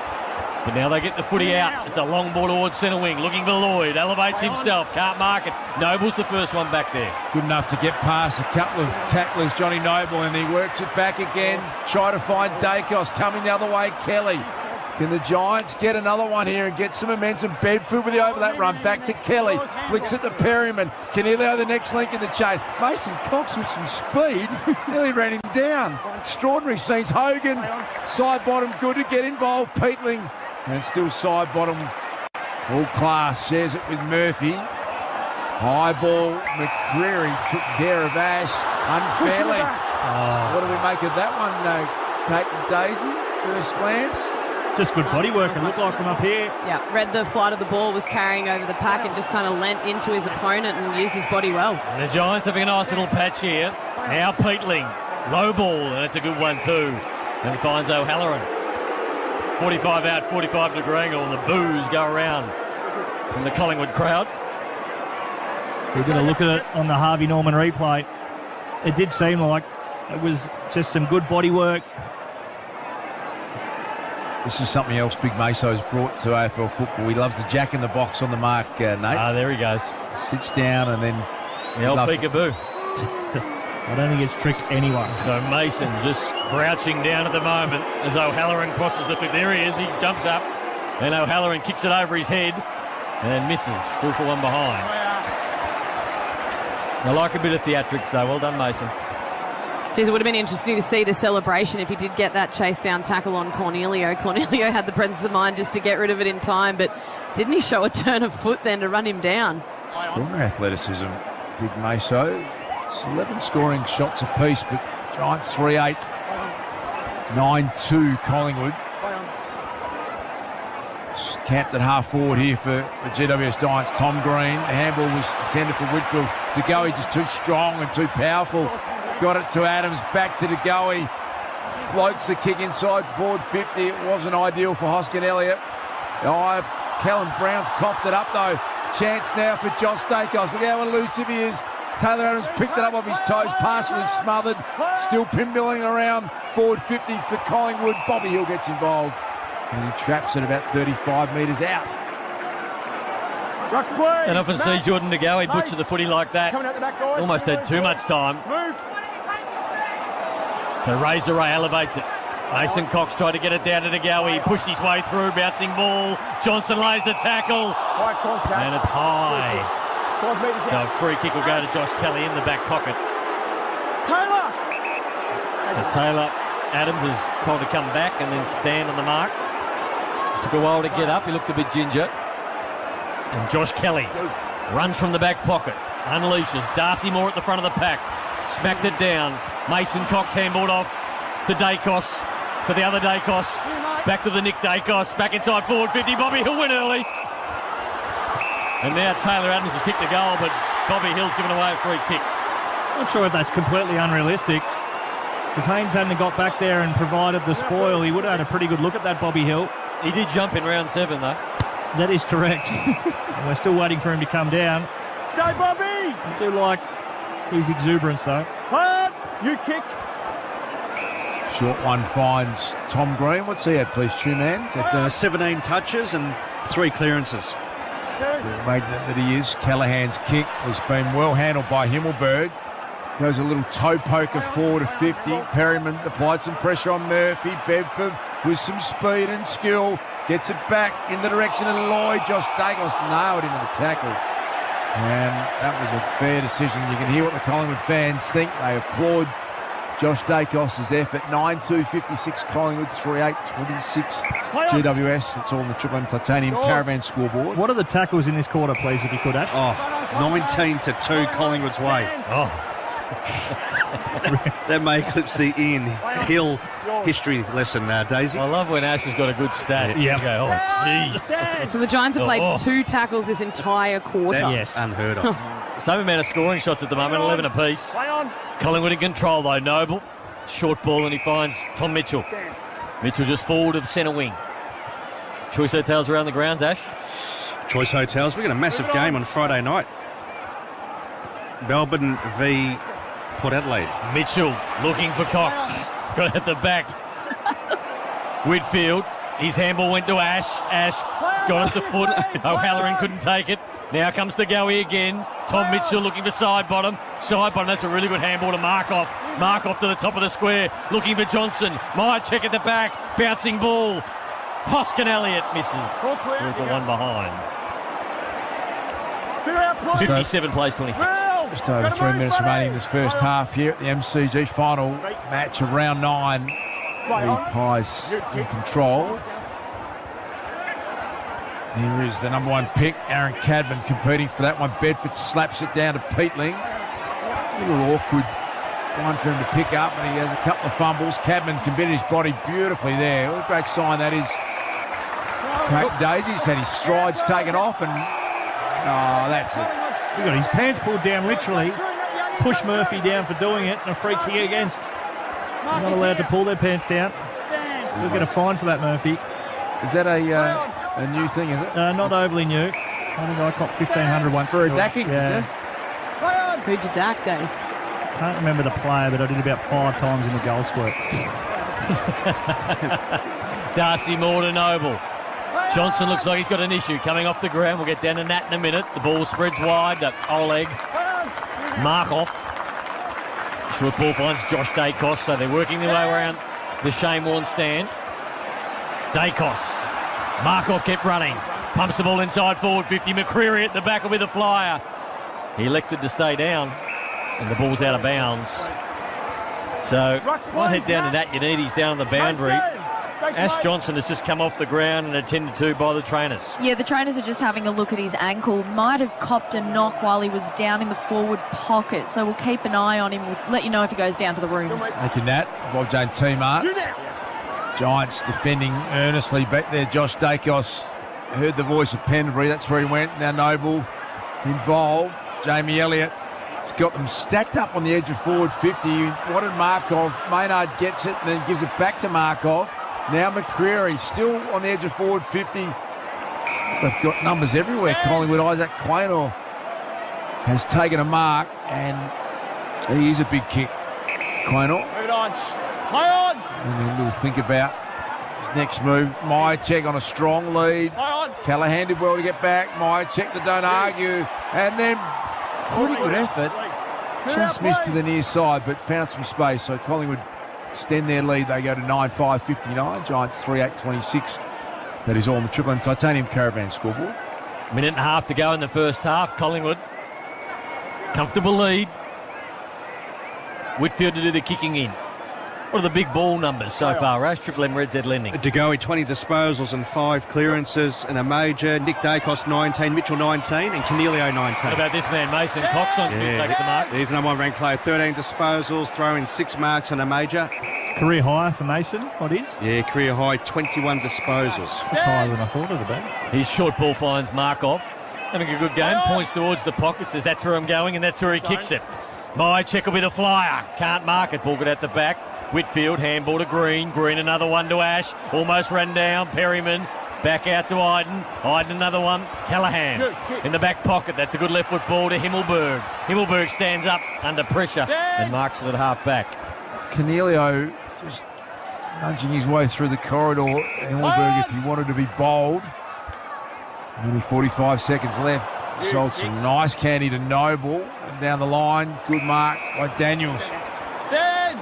Got up and reached pretty high, the small man. There's time for a score here if the Giants are good enough. 33 seconds. They come back inboard to Lloyd.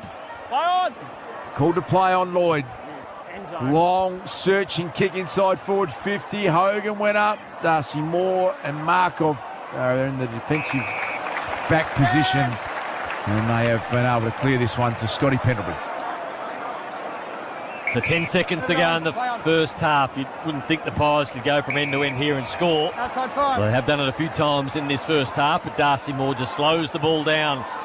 And it'll be a 32-point lead going into half-time for the Pies. There's the siren. Impressive first half by Collingwood. 9-4-58. The Giants are 3-8-26 as we see Nick Dacos getting some work down on the boundary line. We'll keep an eye on that. But it's half-time at the MCG. A 32-point lead to the Pies. The McDonald's and Ream Hot Water. Triple M Rocks Footy. That quarter for Titanium Caravans. Titanium Caravans are built to tackle Australia's toughest conditions. Visit titaniumcaravans.com.au. For Ream Hot Water. Triple M Rocks Footy. Built tough for Aussie conditions. When it comes to water heating, ask your plumber to install a Ream. Triple M's next marvellous Know the Show to Go experience is a fully funded trip for you and your best mate to the Ashes 4th Test at Old Trafford. Yes, it's M-A-R-V-E-L-L-O-U-S. Keep listening closely to the Marty Sheargold Show, then answer a question from the show while you're working. Simple. We call it Triple M's Know the Show to Go. Just gotta know the show to go. Gotta know the show to go. Your next chance to win 9 a.m. tomorrow, only on 105.1 Triple M. How good does a trip to the Gold Coast sound? Well, book your car in for a service at Le Mans Toyota this month and you could win your very own Gold Coast family holiday. It's so simple, I'll say it again. Book your car in for a service at Le Mans Toyota and you could win your very own Gold Coast family holiday. With 2 great locations, you can book your service online now with Le Mans Toyota, West Footscray or Deer Park. Visit lemanstoyota.com.au and book today. Car buying and servicing made easy. Oh, what a feeling. Toyota. NCT 0012080 T's and C's apply. Visit lemanstoyota.com.au for details. It's time to hitch up and get out of town with Springvale Caravans, the Melbourne home of Snowy River Caravans. Forget about the 6 to 12 month wait for your new van. Springvale Caravans have plenty of Snowy River Caravans in stock ready to go. Springvale Caravans, still doing great deals on new caravans after 40 years. See the full range at 723 Springvale Road, Keysborough and online at springvalecaravans.com.au. Great range, great prices and always great service. Monopoly Shop Scan with Win is now on at a participating Vicinity Centre near you, with thousands of prizes up for grabs. Find out more at monopolyshopscanwin.com.au. Australian residents 16 plus only. Ends May 31. Keep receipt. Entry limits and terms apply. See website for details. And we've road trip, flown, sailed, even caravan of courage around every nook and cranny of Australia. And you've done none of the work planning or organising any of it. Until now, because cadetparks.com.au is the easy way to get away. So easy, even a wild card like me can organise a family getaway to over 300 holiday parks around Australia. I'll believe that when I see it. Check it out. I just did it on the G'day Parks app now. Hamish proof. That is easy. G'dayparks.com.au. Here's good. Give Mum a gift that means more from Officeworks, like the Samsung Galaxy Watch 5 from $347, or 50-pack of Born Paint and Accessories set just $24.84. Great value gifts at Officeworks. Need to pop to the supermarket? Why not DoorDash your groceries from Coles? Whether everyday essentials, an ingredient for a special recipe, or last-minute snacks, enjoy the convenience of a DoorDash delivery for any last-minute needs. Order from Coles on DoorDash and get groceries delivered to your door within an hour. Based on an average 45-minute delivery time, refer to app for your estimated delivery time. Download the DoorDash app or head to DoorDash.com and start getting more to your door. Oh, that's far. Yeah, so much forgiveness. Yeah, it's... What? Did you say forgiveness? Yeah, forgiveness. It's forgiveness. That's what I said. Forgiveness. For? Far. For? Far. Introducing the Stealth 2 by TaylorMade. More carbon, more forgiveness. F-O-F-A. Available now from your authorised TaylorMade stockist. Shut up! The foot is on the radio! Triple M rocks footy. This halftime break for Mitre 10 Trade. Get in, get out, get on with it at Mitre 10 Trade. Half-time MCG, the Pies are 9-4-58, the Giants 3-8-26. The Pies led by 15 at quarter time, but has been a big quarter of football, 4-1 in favour of the Pies. Hogan getting the last one, and it's been pretty comfortable. Sunday afternoon or Sunday twilight now, Mother's Day. It's been a beautiful day at the MCG, starting to get a bit cold now, but Ash Stewart, Triple M, said anything stats from the first half? The pressure. So last 4 rounds, GWS second for pressure, second for tackles, averaging 70 per game. They've only laid 12 tackles up to half-time, only 2 in that second quarter, opposed to the Magpies at 22. Look at Collingwood's ball movement, 18 change from their defensive 50. They're put inside 50 on 6 occasions, so that's at 33%. League average is 21. They've generated 3 zip from their D50, and the marks inside 50, despite Collingwood only having 6 more entries, they've taken 10 marks inside 50 to the Giants at 4, and the scores and stoppages, we know that's Collingwood's Onewood. They've posted 5-2 to the Giants, just the 6 behinds, and that man, Mason Cox Brownie, he is the number 1 ranked player, 13 disposals, 6 marks, 4 clearances, 12 hit-outs and a major. This is the halftime break for Mitre 10 Trade. Get in, get out, get on with it at Mitre 10 Trade. We've got Kate McCarthy and Dale Thomas in the back row. Yeah, it's been a good half from Collingwood, a good performance from them. They've done exactly what they've needed to do. It's just been their real efficiency in their forward half. And there's so much pressure coming from their forwards and their mids pressing down, keeping the ball inside forward 50. Ash touched on Mason Cox. I think he's easily been the best player on the ground, just really working his way up and down the field, taking those marks when they need someone to take an intercept mark or a get out of jail from their D50, but then went forward and kicked one of the better goals of the game. He kicked it from about 55 out and just looked at the goals, pointed one finger at it and said, I was always going to kick that.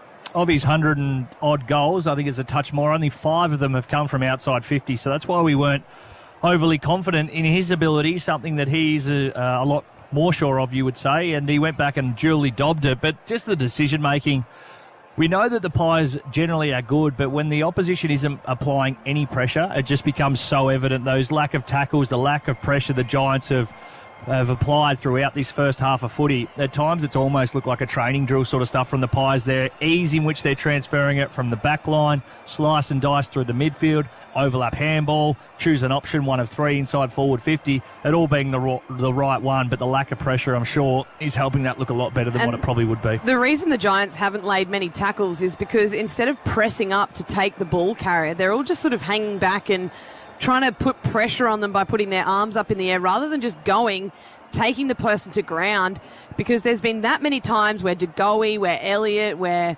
Taylor Adams have been able to get a 1-2 handball, whereas if they laid the tackle and took them to ground fairly, they wouldn't be able to then get that second handball and get further down the ground and get that overlap run, which is just tearing them apart. Geez, they've looked dangerous forward, Daisy. You've got Bobby Hill down there. You've also got McCreary, who's got leg speed, but then Elliott coming out. Everybody in their own way contributes to the Collingwood forward line. Nobody gets out of control. Nobody kicks an 8 or a 9, but everybody does their job. For the best part of a makeshift forward line, and no disrespect to the boys down there, but it almost is. You don't have the Hawkins and Cameron. Yes, Elliott's a very good player, but he isn't the big, tall focal point. He's a small. The names you mentioned, they just bring that effort, that heat, that consistent pressure and make the most of their opportunities. And why wouldn't you in a side where if the ball comes in and you do your best to keep it in there and it stays in there, you provide a good option and get in a good spot, more often than not you've found and you get yourself a look on goal. It looks like they're having a great deal of fun out there because they're just playing with a real freedom, a real sense of fun, a real sense of enjoyment, and that's coming through on the scoreboard. And I love the way that their forward line operates as well, because they don't have those big, tall targets or that one player that usually draws the attention of the kicker. They all just lower their eyes and look, okay, who's the best option here? Who's on the lead? Who's working hard? I'm going to hit them, rather than, where's Hawkins? Where's Cameron? Where's this player? Because I know that that's our main target going inside 50. It nearly works in their advantage, doesn't it? Because they don't have the focal point up there. We saw North Melbourne yesterday. They go to Larkey so much that opposition sides now just drop off in between him, and they're not good enough to pick the eyes out of who's spare and where the spare is. Whereas Collingwood, you're right. If they're in the right spot and they're not defending someone who is the focal point, you get used, you get hit up.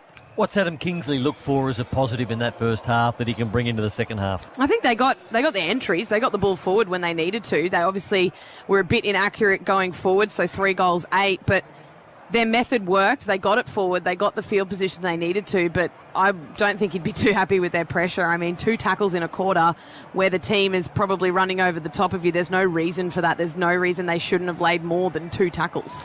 Amy Clangers, who covers Clangers on and off the field. Amy does. This is our Clanger in the second quarter. Good size, young Fleeton. Left footer, chips the ball, looking for, and he finds his ruckman in Flynn. Back 2 metres, Tom. Back 2 metres. So Flynn just backwards of centre wing. He's got a player coming around the back to receive the handball. He says, I can do the job. And he lied. And not that well. He kicked it out of bounds on the full. Lockie Ash said, maybe you should have given it to me. Ruckman Duke.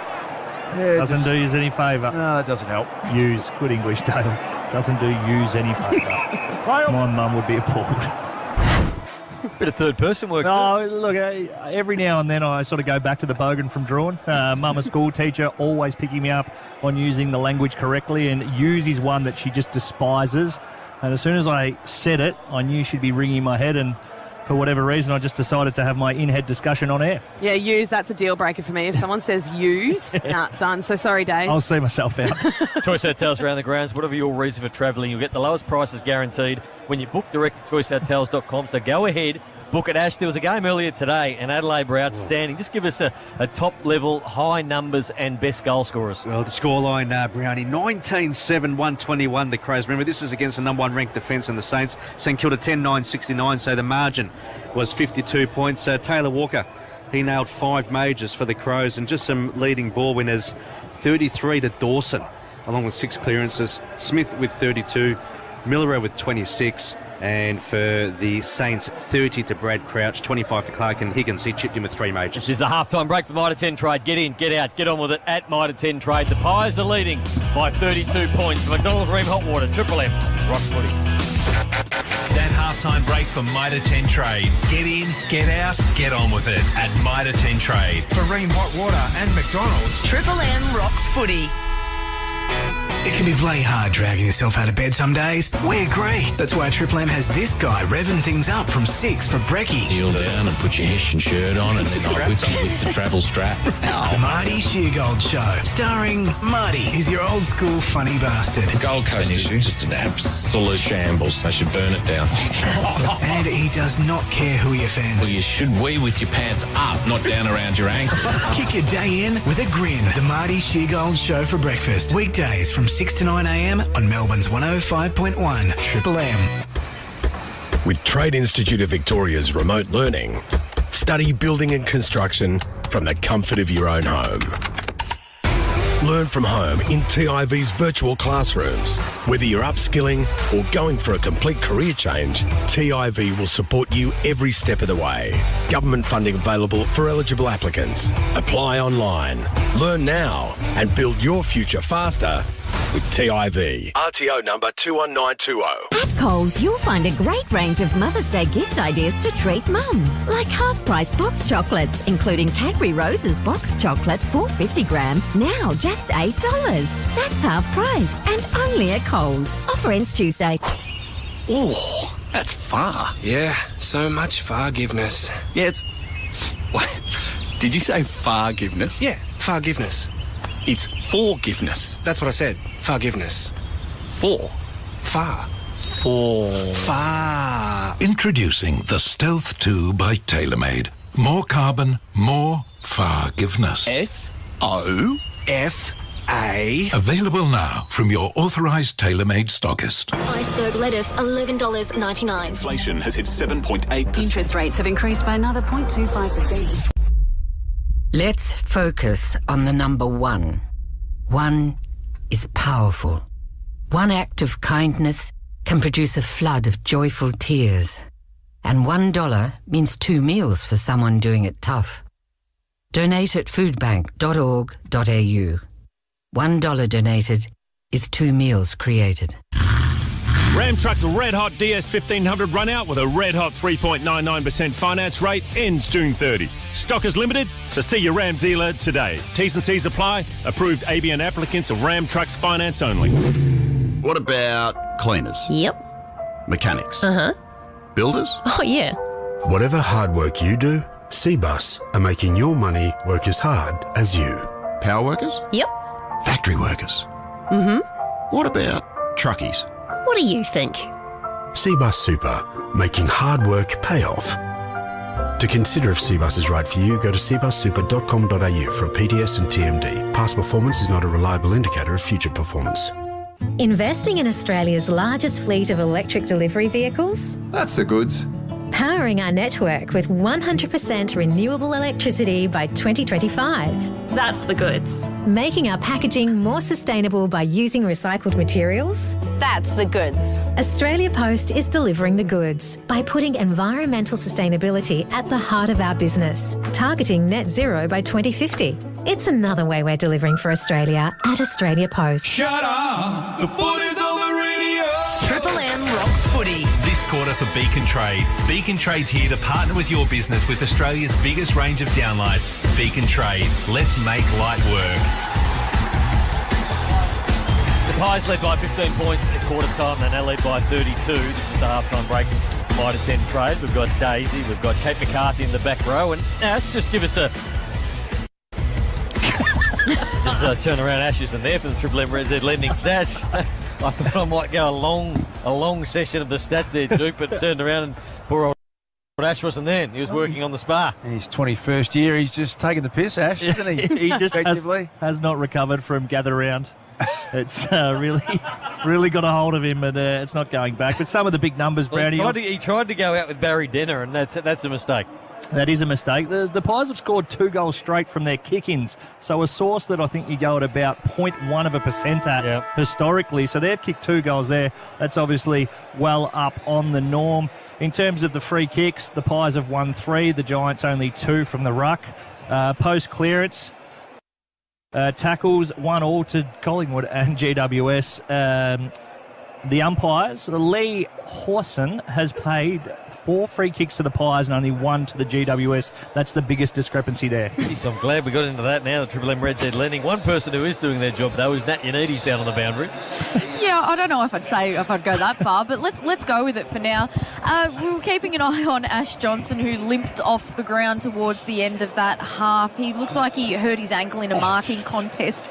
So he was running after that. So I think he will continue. And Nick Dacos was the other one who was on the bench getting a bit of treatment. They were actually looking at his sternum. So he was lying on his back and they were pushing almost on his stomach, right in the middle of his stomach there. So again, he got up as well and looked okay. But we'll keep an eye on them when they come out at half time. Did Daisy just give us stats on how free kicks the umpires have Well, played? I just took the computer, it was there, so I just started clicking tabs, and there's free kicks. It's a breakdown of the umpires and who they've paid them for and against. So I just saw a discrepancy and let you know for Red Z. Well, we went to, you weren't there, Ash, so that's what we got. We got umpire stats. And a bit of variety there from Daisy. How's that? Very That's good. the first on... What were you up to out the back there, Ash? I was talking to a fellow North Melbourne supporter. Yeah, Really? just talking about how we can rebuild the club. So just instead of doing your job, just having a yarn with the mates about North. Yeah. So when you got home from gather round, so how popular were you with Mrs. Chu when you got home? Because you've still got a bruise on your fingernail from gather round. That happened in Adelaide. Ash doesn't know how. Not sure how. It's like the hangover, Chu, wasn't it? Missed his flight, Duke. I did. I rescheduled my flight, actually. Didn't help having room service at he's got a facial 1:45 a.m. in the morning. now. That's why we had a 3-hour lunch with Mrs. Chu today, Brownie, for Mother's Day. It was massive, just to try and get back in the good books. I'm slowly getting there, 43%. At 3:45 a.m. A steak. A whole steak. Barry Danner did. I had the chicken sandwich and some fries on the side, but I had to pick up the bill as well, Brownie. So what was the bill? I can't remember. I wasn't in an appropriate state. I just swiped it on the card. So didn't want you and our boss to see the entry, so I paid for it myself. But no, all good with myself and Mrs. Chu getting back in the ball game. That's why he only travels every sort of couple of years, at Chu. I only let him off the leash very rarely. Nice to hear about that, Chu. Big game on Sunday afternoon next week. We've got the Pies and the Blues, so the rivalry continues at 3 p.m. next week. Can't wait for that one as both sides are back out on the field. Daisy, anything that the Giants can do, because they had the scores. I mean, it's only 13 scoring shots to 11, so they're actually in the game, but they just couldn't quite hit the scoreboard. Speed of ball movement is something I'd love to see. A couple of times there, they were able to transfer the play from the congested side right out to the open side, but they just didn't want to wheel and go. And I think that's one thing you can do. If you can trust that your forward lines are structuring up and they are going to be down there, get it in quick so you've got one-on-ones before that Collingwood midfield starts to fold back. We know how good they are at that, but you might be able to catch one of them offside. We know how offensive Nick Dacos can be in that position. So just take on trust that your forwards are going to be ahead of the ball. Get it in there and give yourself a chance before the extra numbers come. Kate, most people at the moment think the top four on the ladder are in the top four for a premiership are Collingwood, Melbourne, the Brisbane Lions and Geelong. Geelong are obviously 7th at the moment. Can you see anyone outside of that? I mean, the Bulldogs having a pretty good run, Port Adelaide having a great run at the moment. Is it down to those four or is it more open than that? Yeah, I think if Port Adelaide were to end up in the top four, I think they'd need almost a top 2 spot, though, to win a home final and then go deep in the final series. But in my opinion, I think the four most consistent teams are the ones that you just mentioned there. Obviously, Brisbane had that first round loss that was pretty disappointing, but they've shown some good form from there. Melbourne have been building really nicely. Geelong, I think Friday night would probably be one that they weren't expecting to lose, but they've got so many personnel out at the moment that they'll just keep trying to win as much as they can as they build towards September. And Collingwood, I mean, we're seeing it tonight. Anytime that they are challenged, they just find another gear and are able to come out on top. So I think those four are really working well towards September. But I think Port Adelaide and even Adelaide this afternoon, what they did against St Kilda, teams have struggled to really repel St Kilda's attack, and they had no problem winning by 52 points in the end. Nice to have Kate McCarthy alongside Daisy Thomas. That's a Triple M CBUS Super special comments. CBUS Super making hard work pay off as we get the second half underway here at the MCG. The Magpies with a pretty comfortable 32-point lead. Can the Giants respond? They get the first centre clearance, touched, picked up by Markov, and he goes straight out wide to Josh Dacos, to Noble. And Daisy, I like the language you used before, is that you just trust Collingwood now, don't you? There's not any doubt about, it's a game they should win. Is there a chance they'll have a letdown? They're just consistently good, aren't they? And it becomes a good word because trust in all sense of the word is earned. So you look at the way they go about it, and they've certainly earned that right to be trusted in everything they do. Their ability to come behind and play to the final siren for those reasons is why we do trust them. That's the trust that Chew is trying to get back. Triple M CBUS Super special comments. CBUS Super making hard work pay off. They go to half forward, the Giants. Nick Dacos is in the way. Murphy. Now Nick Dacos gets it back at centre half, back handball to DeGoey. Another one to Maynard. Maynard left foot. Ill-directed though, and Haynes dropped what he should have taken, allows Adams in. Chain of handballs to Crisp. Chris has got a runner. Nick Dacos kept going from 20. Misses.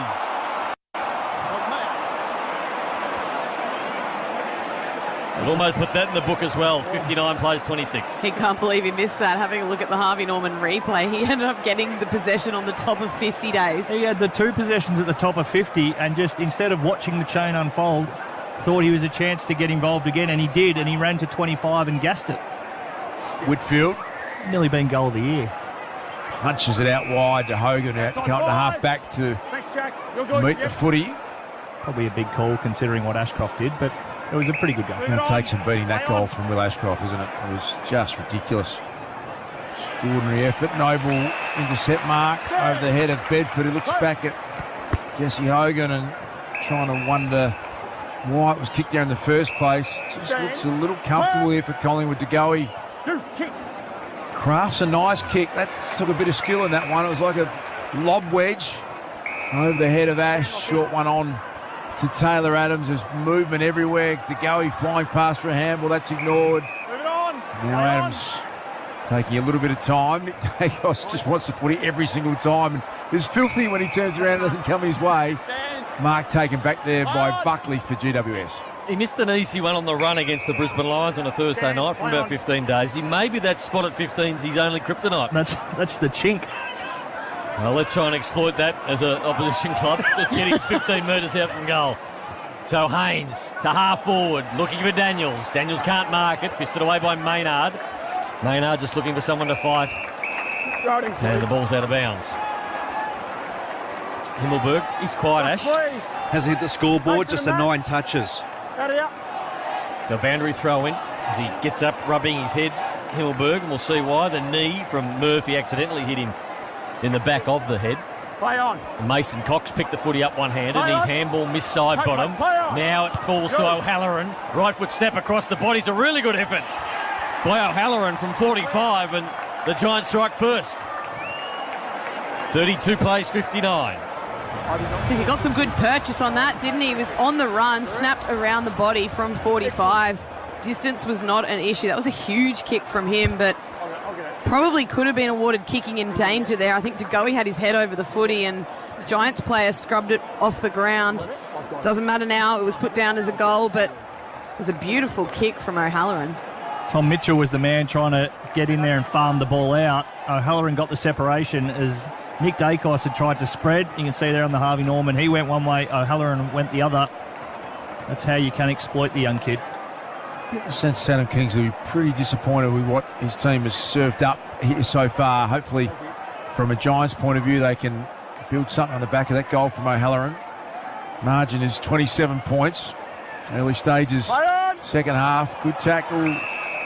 Matty Flynn wrapped up to Goey. His first 2 contests out of the halftime break have been really good, and we know how well Mason Cox played in the first half, so I imagine that Kingsley's and his sprays might have been directed there. Crisp wins the clearance. Johnson, good to see him moving well. He's going out to gather it back at ground level, putting it out in front of Mychek, but the boundary line will be the winner. He'll be thrown in deep in attack. 9-5-59 Collingwood, 4-8-32 GWS, Triple M Beacon Trade scoreboard. So the boundary throw-ins in Collingwood's forward pocket. They lead by 27 points. Giants will kick the first one of the third term. Mason Cox to do the ruck work. Brings it down to the front. Adams was there, so to Tom Green. Now Crisp centres the football, looking for McCreary. Can't mark it, brings it to ground. The Giants have got the numbers though. They should be able to clear this. Well, the handball's a bit wild, looking for Haynes. Haynes up against the boundary line. Just gets one out towards Lloyd. Lloyd a handball to Ash. Ash sweeping handball into the middle of Perryman. Now they run and carry the Giants. Whitfield in the middle of the MCG overruns it. Paddles it back out to Cornelio. He sweeps it to O'Halloran. O'Halloran's got players forward of the ball. Just needs to hit the target. He got it out towards Daniels and it slides away from him, Daniels. And in the end, I reckon he made contact with that out of bounds on the full, but the umpire couldn't keep up with it. We'll have a boundary throw in, and Adam Kingsley on the Harvey Norman replay can't believe it. Gets the stress ball out. Bonus gift cards on selected TVs, soundbars, fridges, washers, dishwashers, and more. Now at Harvey Norman, shop in store or online. Mason Cox, Jesse Hogan do battle on the ruck. Josh Kelly read it better than anyone else. Nice little move from Perryman. He dumps it to the goal square. Can they get a mark? Darcy Moore in the box seat for the defensive spoil. Did it well. Pendlebury. O'Halloran again. He's had some nice moments in this game, but the tackle was just too good. Maynard wrapped up Himmelberg, and he's had a tough afternoon, Harry Himmelberg. Two man. Scoreless to date, 9 touches and 3 marks. So Maynard. The get-out kick will be Mason Cox. So Mason now sets himself. Free kick. GWS. So Johnson was trying to block at the back there for Mason Cox, and he got in the way of Flynn, and old Razor Ray, he was on that. You don't get anything past him. Daisy giving us the umpire stats at half-time. Thanks to Triple M Red Z Lending. Back inside, Murphy. Can't mark it. O'Halloran was at the spill of it, but he couldn't take it. Side bottom. We'll see from Old Leg Markov is playing a game. Towards centre wing, and Johnson sets himself nicely. Wants to move the ball quickly. Elliott a bit of leader. Marks that football. Nice hands. He's got McCreary running. Elects not to go there. Has to go back over the mark now, Elliott. Elliott, short ball, and he finds DeGoey. DeGoey, still 2 kicks from home. Stagnant forward line at the moment. Ginneman. And then Myercheck gives him a nice lead. Dropping into the hole. Whitfield, he got smashed into by Brodie Myercheck. Wow. You can feel that from here, and he's writhing in pain. Lockie Whitfield. Josh Dacos, in the meantime, has kicked a brilliant goal. Pies continue on their merry way. And they get their 10th goal of the afternoon, 10-5 to 4-8. That's a Triple M Beacon Trade scoreboard, but some courage from Lockie Whitfield, and Nat, I think he might be heading your way. He's coming straight to the bench, obviously absolutely crunched in that tackle. Seems to be moving okay, but no doubt he's in a bit of pain, and maybe his ego's a bit bruised as well. That was brave. We saw it there on the Harvey Norman. He was in the hole. The ball sat perfectly on his head, and he stood underneath it the entire way. Myercheck coming full-chested, knee out, caught every piece of him, folded him up. Great contest by Myercheck, really well done. And from there, the Pies too good again at ground level, but well done, Lockie Whitfield. God, I'll tell you what, if that happened to me, they'd be getting the stretcher out. That looks that painful. That's the sort of stuff that you look at the game now and go, I'm very glad I'm not playing. Absolutely. Oh, I like how Nat brought the ego into it as well down there. So boundary, ball up in the middle for McDonald's Rem Hot Water. Triple M Rocks football. Dacos gets the last goal. It's a 33-point lead to the Pies. The Giants go inside forward 50. Darcy Moore at best. Contested mark by that man Darcy Moore, and he slides one wide. And he finds Murphy. Murphy's got Quainer. Never lost a one-on-one in his life, he told us. So he's at half-back. Even that contest there from Darcy Moore and Himmelberg, you'd love that if you're the coach of the Giants. Just halve it. Do some work on Darcy Moore. Don't allow him to take that intercept mark. Get it to ground. Give us a chance to keep it in there. Isaac Quainer hugs the boundary line with a kick, and Buckley gets it over. So boundary throw-in. 32 the Giants, 65 the Pies. Beacon Trade is here to partner your business to make every tradie's job easier. Join Beacon Trade for exclusive trade prices on Australia's biggest range of downlights. Beacon Trade, let's make like work. Just have a look at Lockie Whitfield on the bench. You can't believe how much pain he's in. Lockie Whitfield, he's got a bit of a wry smile on his face. As Nat said, I think he's going to be okay, but genuine knee right in the middle of the back. Petling's sliding mark was athletic. He's right, tucked up against the boundary line. So the centering kicks the right one, and it was a ripping kick too. Peatling nailed it. He had a couple of clanging kicks early, Nate, which you were happy to point out.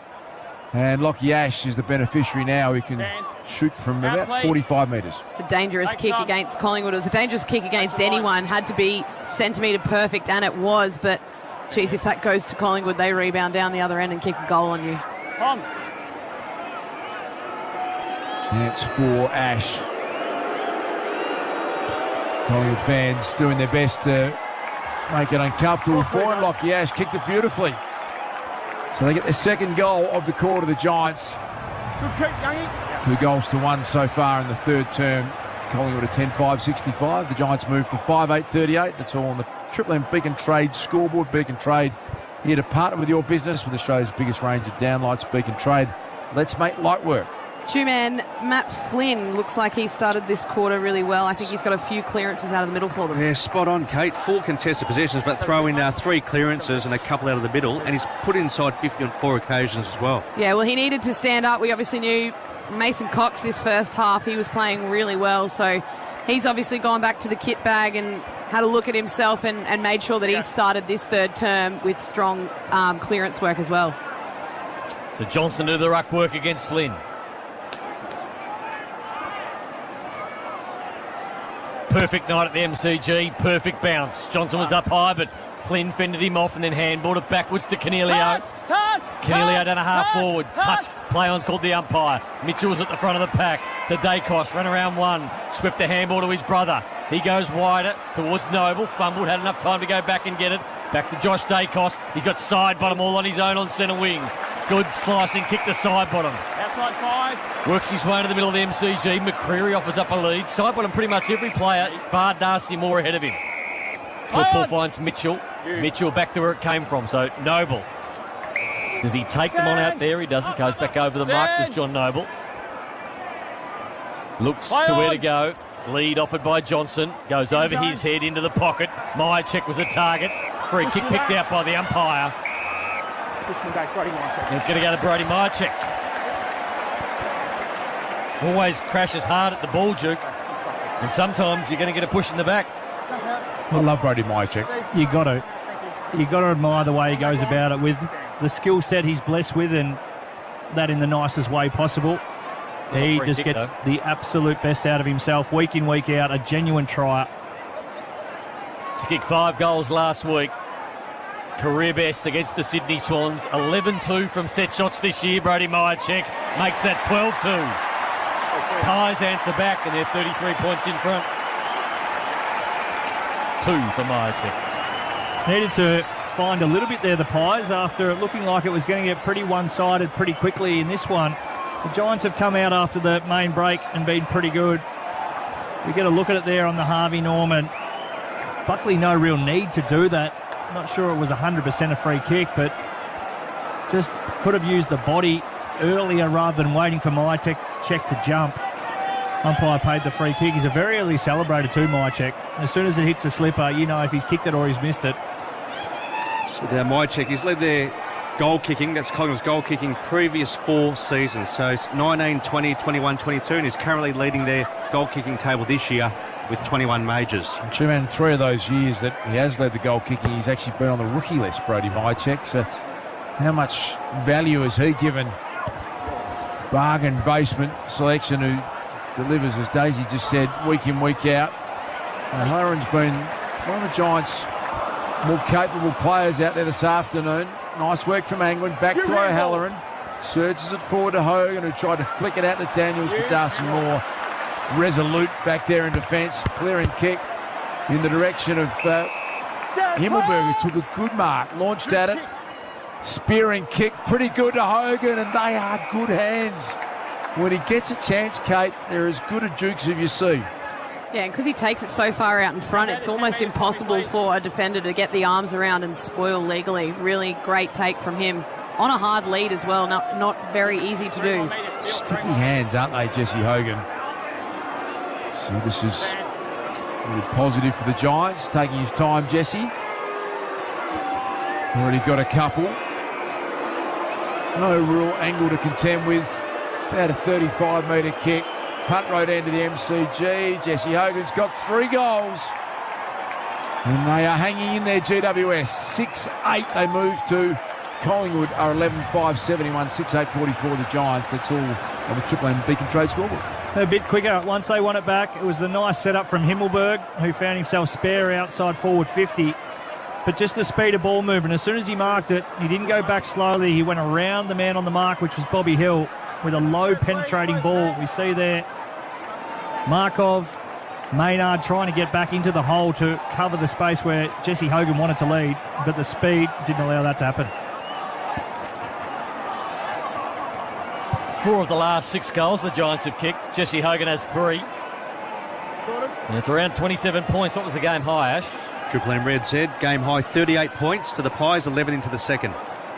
So we're 15 minutes into this third term. In the middle's Mitchell. Stepped one way, then found out of traffic. Gave it back to Johnson, who's doing some ruck work, and then ran into trouble. Josh Kelly got him holding the ball. This is where I'd love to see them play fast. Continue to go.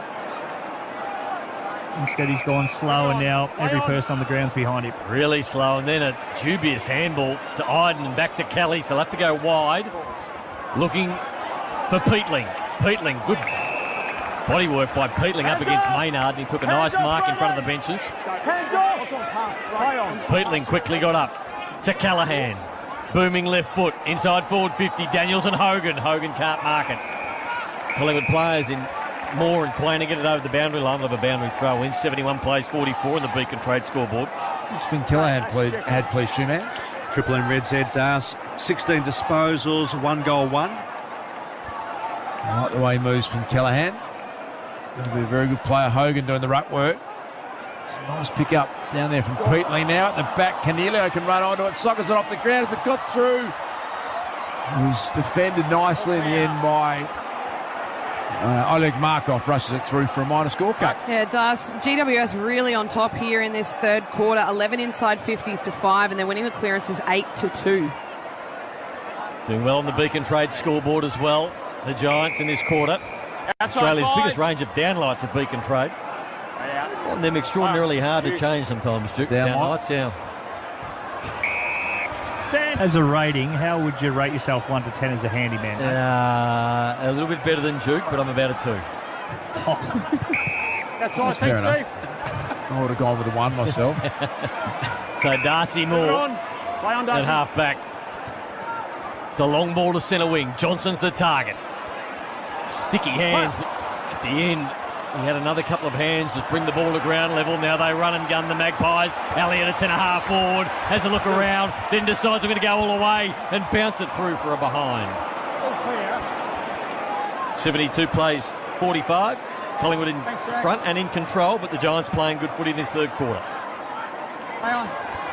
Whitfield has been regularly the nominated fullback kicker. They're heading out to the Shane Warnstand side of the MCG.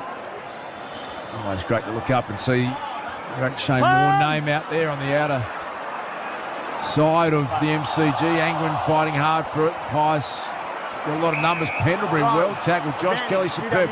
Now they can go the quick play. Himmelberg had to go back slightly. The kick now is well intended for Daniels. Darcy Moore very good to get a hand in. And now the cavalry arise in the form of Tom Mitchell. After disposal advantage, You heard that advantage paid. It was free kick to Mitchell. Markov takes it. Ginnivan is going to be dangerous at ground level when it gets to ground. It does now. Bobby Hill flicks a little handle over the top of Jamie Elliott. Back to Bobby. Had his head taken off by the first gamer. Cameron Fleeting. Collingwood fans are going to go nuts here. They are going to tear the stand down. What did you make of it, Caden Daisy, please? I thought that was just a genuine high tackle. He reached out and got him straight over the shoulder. He did lower himself, but you are allowed to do that. It wasn't the motion. Oh, listen to him. Farrell's going feral. Johnson out of the pack. Ginnivan played for a free kick. Collingwood fans up and about at the moment. Ball on the outer back flank. Picked up by Darcy Moore. Moore to Dacos. That's Nick. Mitchell stepping inside with the left foot. Back inside forward 50. Johnson the target. Out the back. The run of the ball goes to McCreary. McCreary picks it up and the Pies are happy. Sends it 80 rows back. And they get their goal and the boos continue. 78 plays 45. They've kicked the goal and they're still not happy, Collingwood. Tough crowd. Being told not to boo for different reasons, and now they're taking every opportunity to use it and show their full voice. The Magpie Army, who have turned out again, a really good crowd. But just weight of numbers at ground level then. When they went up, Perryman was down there, Himmelberg as well. Couldn't clear the area. When you do come across, you need to spoil the ball forward. Unfortunately, the fist that did make contact with the ball allowed it over the back. McCreary, the easiest to go. I don't know who McCreary's direct opponent was there, though. He was nowhere near that contest. It's not like his opponent peeled off and went third man up. He should have been goal side of him. He was nowhere near it. And that for Bob Jane T. Marks. Razor Ray said during the week that the fans have the right to boo the umpires. They have permission to boo the umpires. So that one's for you, Razor. Not sure that they needed permission, Ray, but thanks for enlightening us with that one. I like Ray. He's a big personality, Ray. Very passionate about what he does. Here's Pendlebury. Scotty Pendlebury, equal 11th on the all-time games list today. It's his 366. Joins the great Bernie Super Boot Quinlan today. This is Scotty Pendlebury, and he shows no sign of slowing up at all.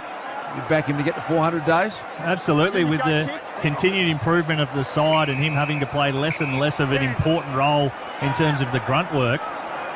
Would be a brave man to say he's not getting there. Might get to 500. It's really the way he's going. Markov, too tall for Mason Cox. That's not easy to do. Comes out to Perryman, flicks it over the top to Peatling under all sorts of Collingwood pressure. Well done, Perryman. Got it in the direction of Bedford, but once again, the Pies have just got the answers. Maynard puts it out in front of Bobby Hill. Oh, it was Tim Watson-like. He hurdled his opponent. The kick was a grubber back there. Is Buckley. Collingwood fans won't hold the footy. It won't be coming their way. It's going to be thrown up on the edge of the goal line. Umpire comes in quickly, 15 metres out from the Pies' goal. Cox got it down to Ginnivan. Ginnivan tackled to the ground, and we'll ball it up again. They're dangerous, the Pies, small forwards. So Ginnivan's down there. McCreary to Gowie. Bobby Hill, the ball up. It falls to Tom Green. That's a high ball. Have a look at Quainer set himself. He can't mark it. Fisted it back. Trying to pick the ball up was Pendlebury. He did to Quainer, who kicks it. And it bounces out of bounds of a boundary throw-in. Buckley in the back pocket going off his head. Saying we need players, extra numbers down here. Speaking of Razor, Ray, have you ever done a sportsman's night with Rays? Never done a sporty with Razor. Extraordinarily funny. Ray? Yep. Very, very, and loose. Oh, very loose. He's on the circuit, Ray, almost needs to be censored. Is that right? That's another little fun fact on a Sunday afternoon. Triple M. Big Ray on the sportsman's night circuit. What sort of envelope do you reckon he's requesting? I would have thought maybe 1,500 a pop. Yeah, Nate's always got a number in mind straight away. Time in forward half. Two man, what have we got at the moment? Johnny Noble looking for a handball. Yeah, in this quarter it's even at 50%. Overall, Pies at 56, Giants at 44. 1,200 if they pay cash.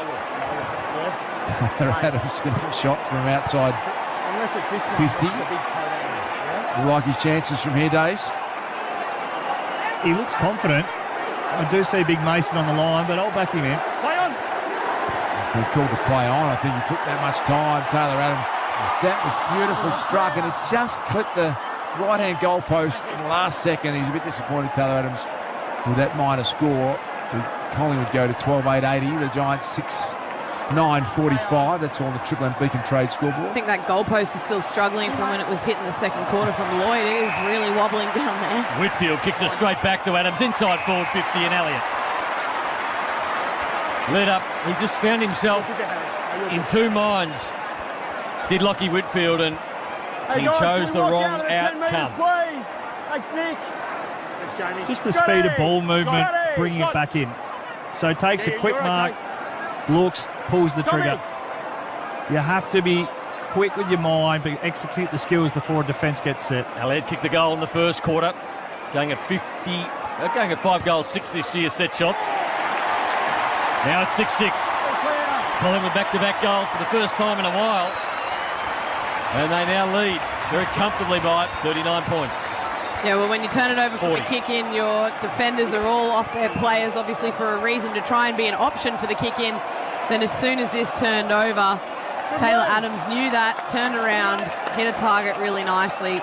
Elliott did tick back up at him, didn't really need to move, though. He was in a world of space. Such a bizarre option from Whitfield to go up the corridor when he looks and you have the ability to assess the field before you step outside the 10-metre square.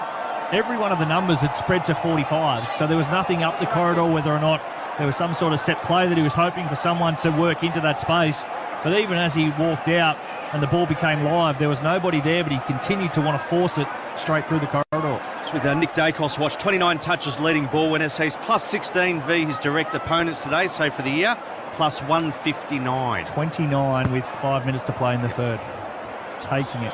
Extraordinary scenes again from that young man. There's the big ruckman, Matty Flynn, tries to edge it forward. Through came Peatling. Flynn's followed up his work nicely there and puts it out in front of Cadman, who had a good look at the mark. No free kick paid. Collingwood defenders were working it out of their mark off, fighting hard. Finn Callaghan, nice little touch. They don't argue from Green. And he goes short. Finds Lloyd.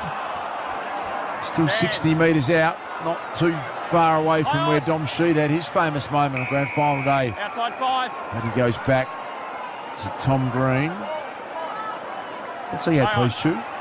Triple M Reds head asked Tom Green, 23 touches. Mason Cox has been fantastic, Mason Cox. Best on. Another big defensive mark. His timing to launch at the ball is probably the best it's been since that Richmond prelim final. Who's doing the Triple MVP Awards for Case IH tonight? I think I've got them for Case IH, Brownie. Just give me a little preview of who you're thinking at this stage might be looking good. Mason. I like what he's done. Olive Markov's impressed me as well. What are Oleg's stats, Ashley? Markov for Triple M Reds. He's had 13 disposals, using it well by foot, 11 kicks at 91%. Dacos, DeGoey, the usual suspects. Nat Yanides, boundary. The Giants have made their sub. Callum Wardy's coming into the match, and Callum Brown has been subbed out. Josh Dacos, handballs to Nick Dacos. Heard a lot of that this year. Myercheck couldn't mark it. The ball goes out of bounds. Pies trying to stretch the GWS defence here. Jack Ginnivan, one out, inside forward 50. Iden will be his direct opponent.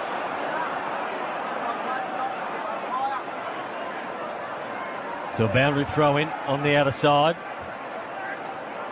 Can't figure whether you were serious then or not. What? About Ginnivan and... It was. If you look. Oh, I thought you meant height-wise. Stretch. No? Okay. Triple M Seabus Super Special comments. Seabus Supermarket hard work pay off.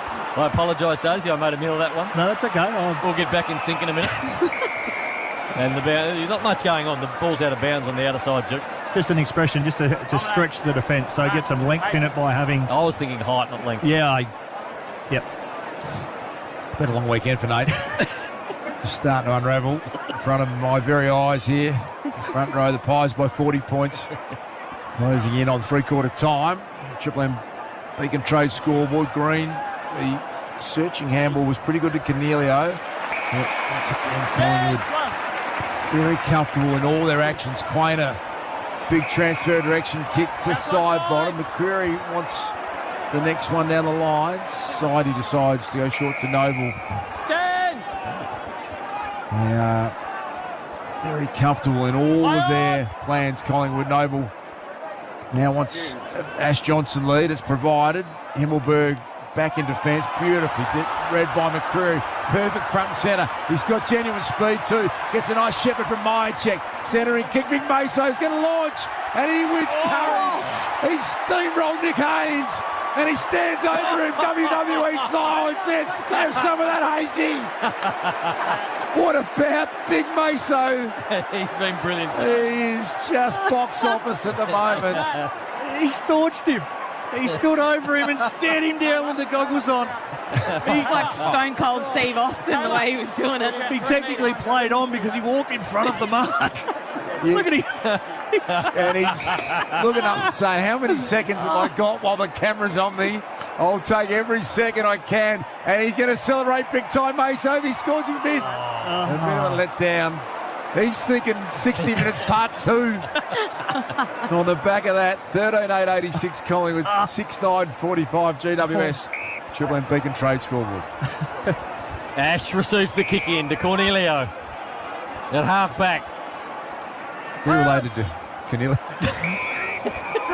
Gives the footy to Callaghan. Callaghan zips one wide to Ash. Kicks one wide to Iden. He's got Buckley on. He misses Buckley. Buckley's under the pressure. McCreary, you don't want him tackling you. He doesn't let go. Haynes under pressure. Side bottom closed in on him. Ginnivan later tackle too. Buckley's up against it. He's got 5 pies to beat, and he clears the area to Daniels. Out the back, Cadman on the run. O'Halloran been one of their best, but he's brought down, holding the ball. Pressure outstanding by the Pies. Just good to watch. Number after number entering the screen. It's just brilliant. But the first one doesn't get you, the second one does, and eventually they moved it 50 metres under pressure, but the Pies defence just shifting with it. Too good.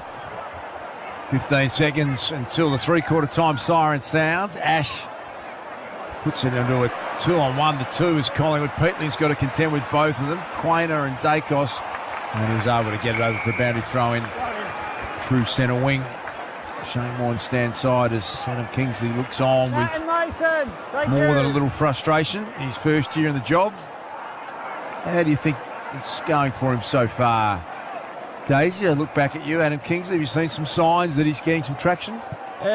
He's starting to get a response, and as we've touched on, 15 points is the average losing margin, so they've been in games. This one looks like their first decent blowout for a while. Three-quarter time siren sounds. 13-8-86 Collingwood. The Giants are 6-9-45. Big Meso is putting on a bit of a show here this afternoon. We've got Daisy, we've got Kate McCarthy, we've got Nat Yanidis, Nate Brown and the Two-Man on a Sunday afternoon. Final game around 9. Collingwood in control from McDonald's and Remont Water. Triple M Rocks footy.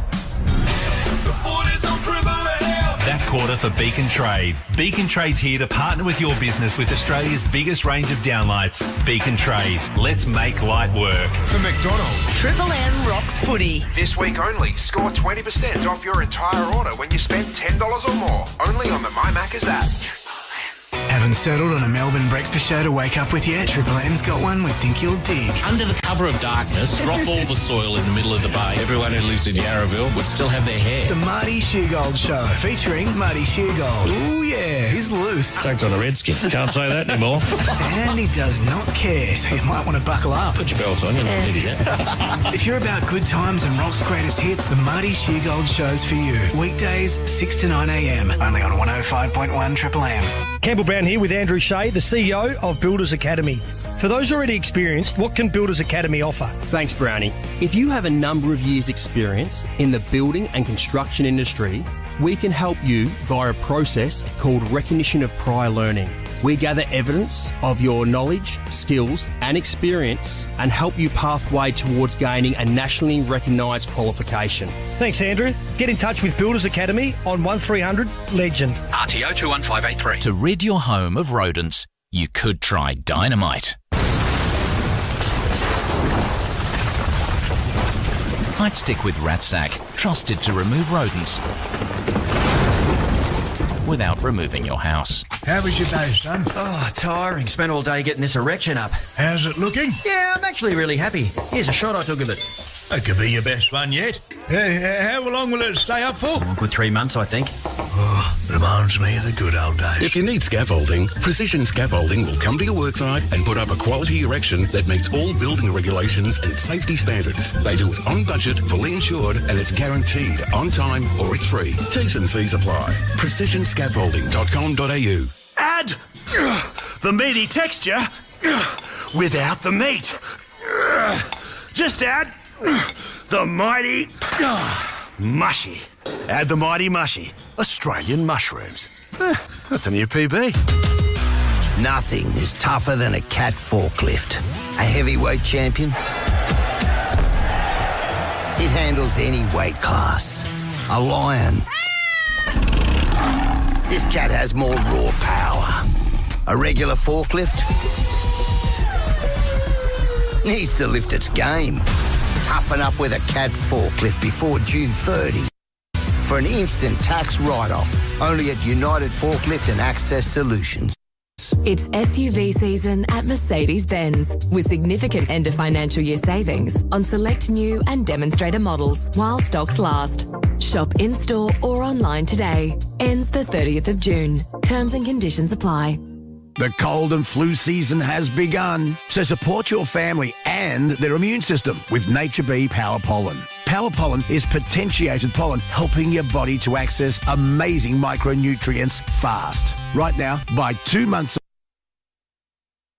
supply for $79.90 and get another 1 month for free. That's 60 capsules of immunity-boosting Power Pollen for free. Power up your family's immune defences this winter with Nature Bee Power Pollen, and you'll get 10% off your first order. powerpollen.com.au. It feels good to save cash, save cash, save. Get lots of data. Carbon neutral mobile. Get a Belong mobile plan, 20 gigs for $25 per month. For use in Australia, it feels good to belong. Shut up! The footy's on the radio! Triple M rocks footy. This quarter for Titanium Caravans. Titanium Caravans are built to tackle Australia's toughest conditions. Visit titaniumcaravans.com.au. Collingwood have increased their lead every quarter. They led by 15 at quarter time, 32 at the half, and now 41 points at three-quarter time, 13-8-86. The Giants are 6-9-45. Bob Jane, team march, let's head down and at Yanidis. So Collingwood have activated their sub. Reef McInnes has come into the game and Scott Pendlebury has been subbed out. So just putting the champion on ice, not going to risk him in this final term. So Scotty Pendlebury out of the game. Thanks very much for that. Now let's head to the back row and Daisy and Kate, third quarter. The Giants played okay. It was a better quarter. In and around effort, took some territory, made the most of their opportunities. That being said, though, the scoreboard reflects a 9-point better quarter to the Magpies. So they were there for 15-odd minutes of that quarter in terms of their effort and what they were able to bring in and around it. But once the Magpies were able to match it, they just get such easy looks going the other way. You feel like the GWS Giants, for all the goals they're getting and the hard work, the Pies go the other end and just score at ease, Kate. Yeah, it's just that pressure, that constant pressure from the Magpies. You said it during the call days. If one doesn't get you, the other one that's chasing will, and just fantastic pressure from them. They're just up and about no matter what stage of the game. You can take a few scores away from them and then their pressure just gets you and they go back the other way. Triple M Red Z lending stats, Ashley Chua. Mason Cox, Brownie, number one ranked player, 17 disposals. His PB's 21, throwing 8 marks, a major and 21 hitouts. And Nick Dacos, he's eyeing off a PB, possibly 32. His career high is 42.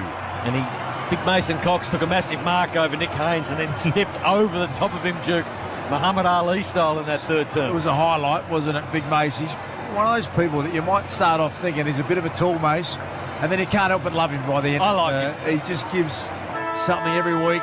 That's exactly the evolution of my relationship with him. He's great value in a Big Mace. And so are Collingwood.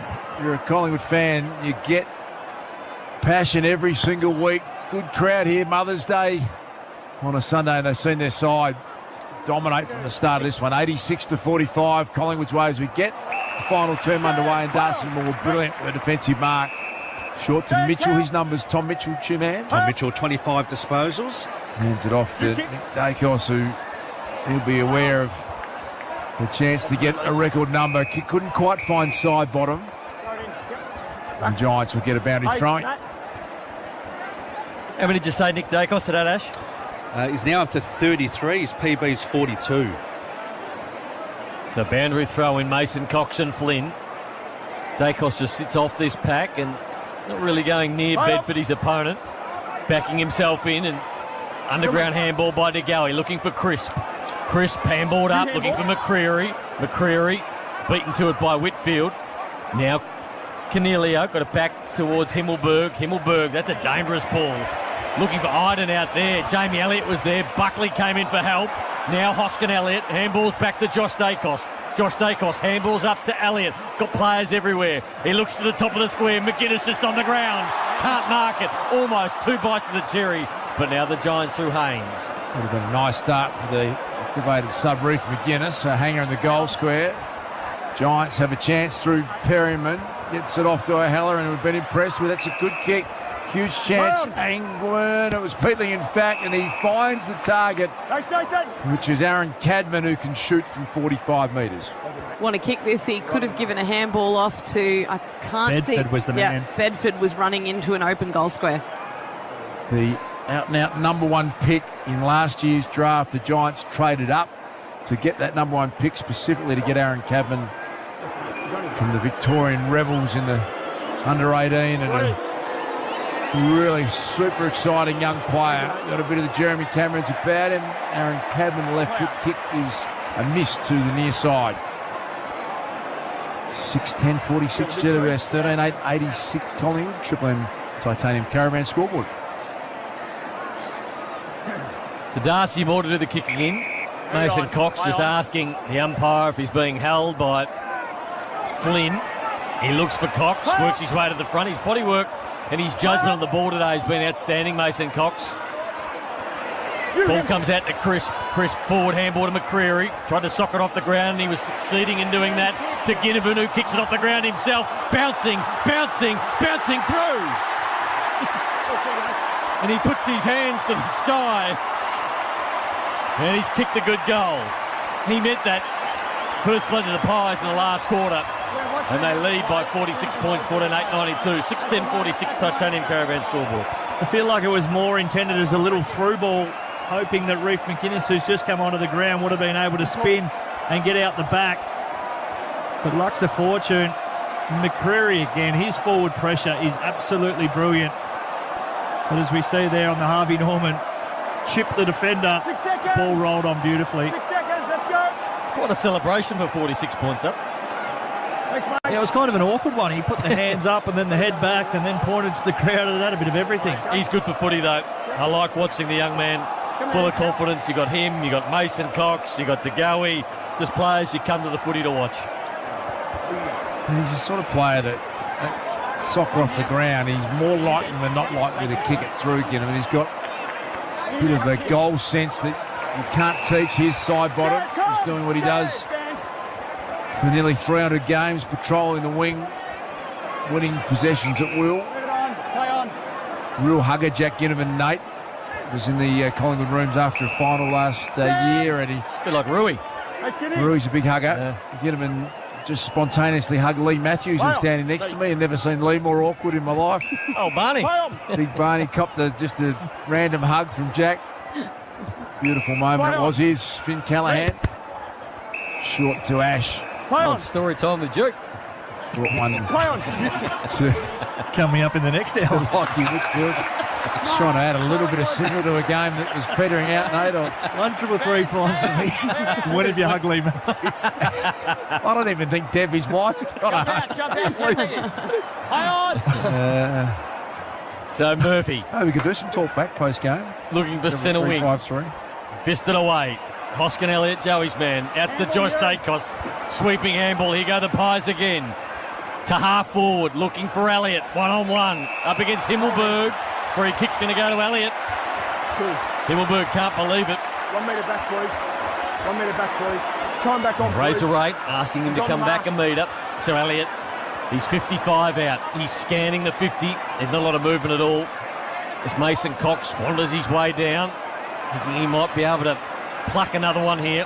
Played really well, but Elliott sets it up in the nest of Mason Cox, and he's got it.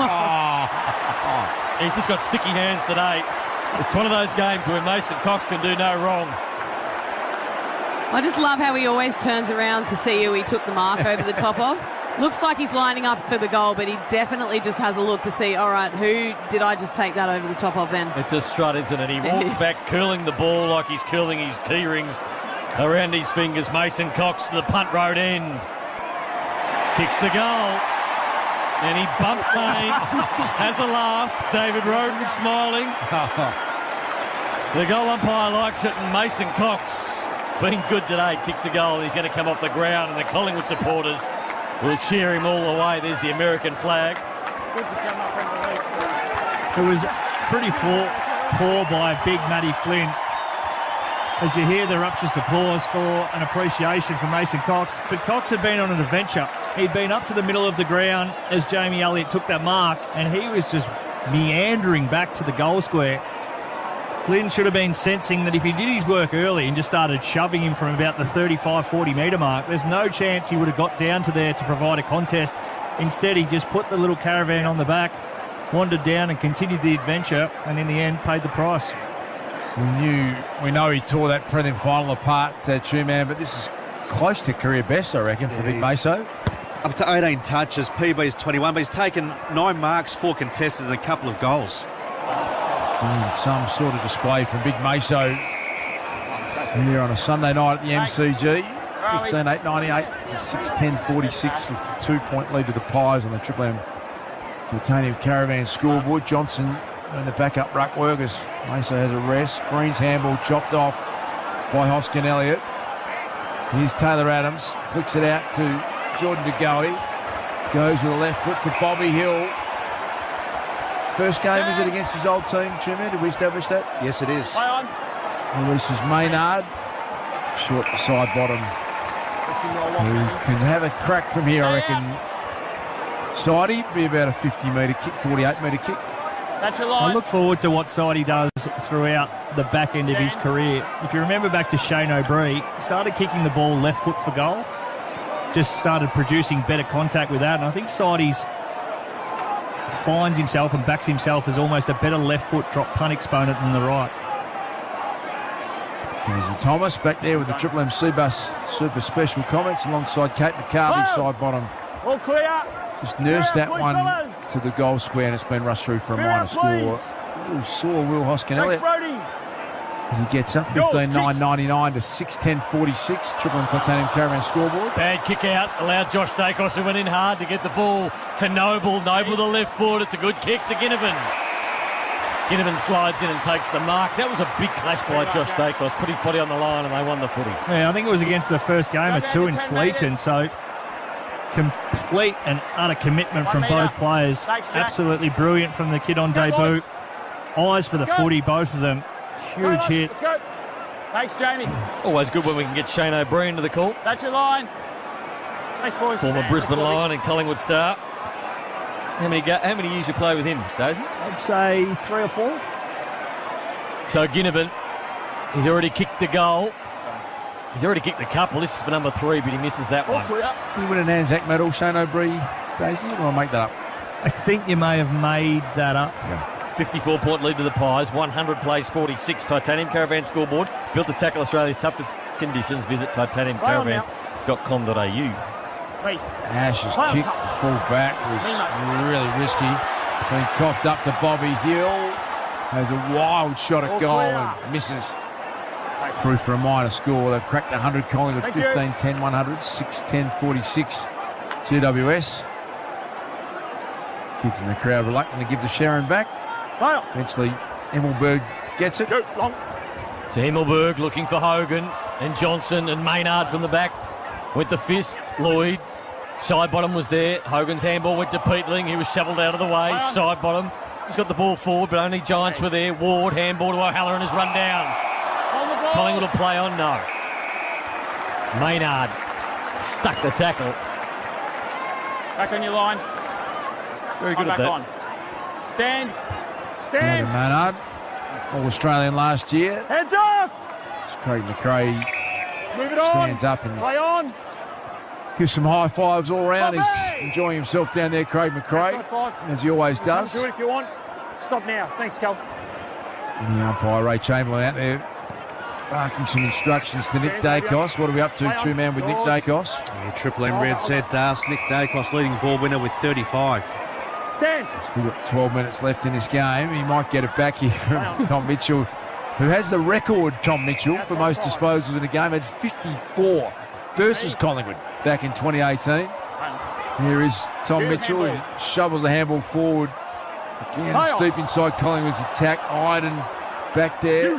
Daniels had to get back into defence to lend some support. Nick Haynes. How about the smother from Jamie Elliott? This game is done and dusted, but they are still desperate, Collingwood. You've got to love it. Yeah, that smother, add that with that tackle from Braden Maynard as well, and that's what you'd expect to see in the first minute of this match.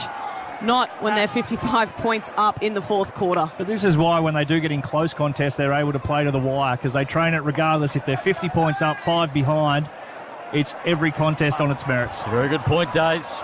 Triple M Bus super special comments. Josh Kelly went one way then the other, and he got it out to Daniels, who forward handball to Peatling. Peatling who handball back to Daniels, who's tackled from behind by Bobby Hill, and Collingwood win it back to mark off his best game for the Pies. Handballs to Johnson. Johnson sold some candy, went back into the middle, chips the ball. Mitchell got runners, One is Dacos, one was Crisp. He burnt them all and then went with a left foot ball looking for McCreary. McCreary picks it up off his bootlaces and marks the football. De Goey saying, get it in quick. Play on! Called to play on now. He'll look for that man De Goey. Sits it on his head. The back of the pack was Myercheck. Couldn't mark it. Reef McGuinness tackled to the ground. Still got his handball away. Iden up against the post.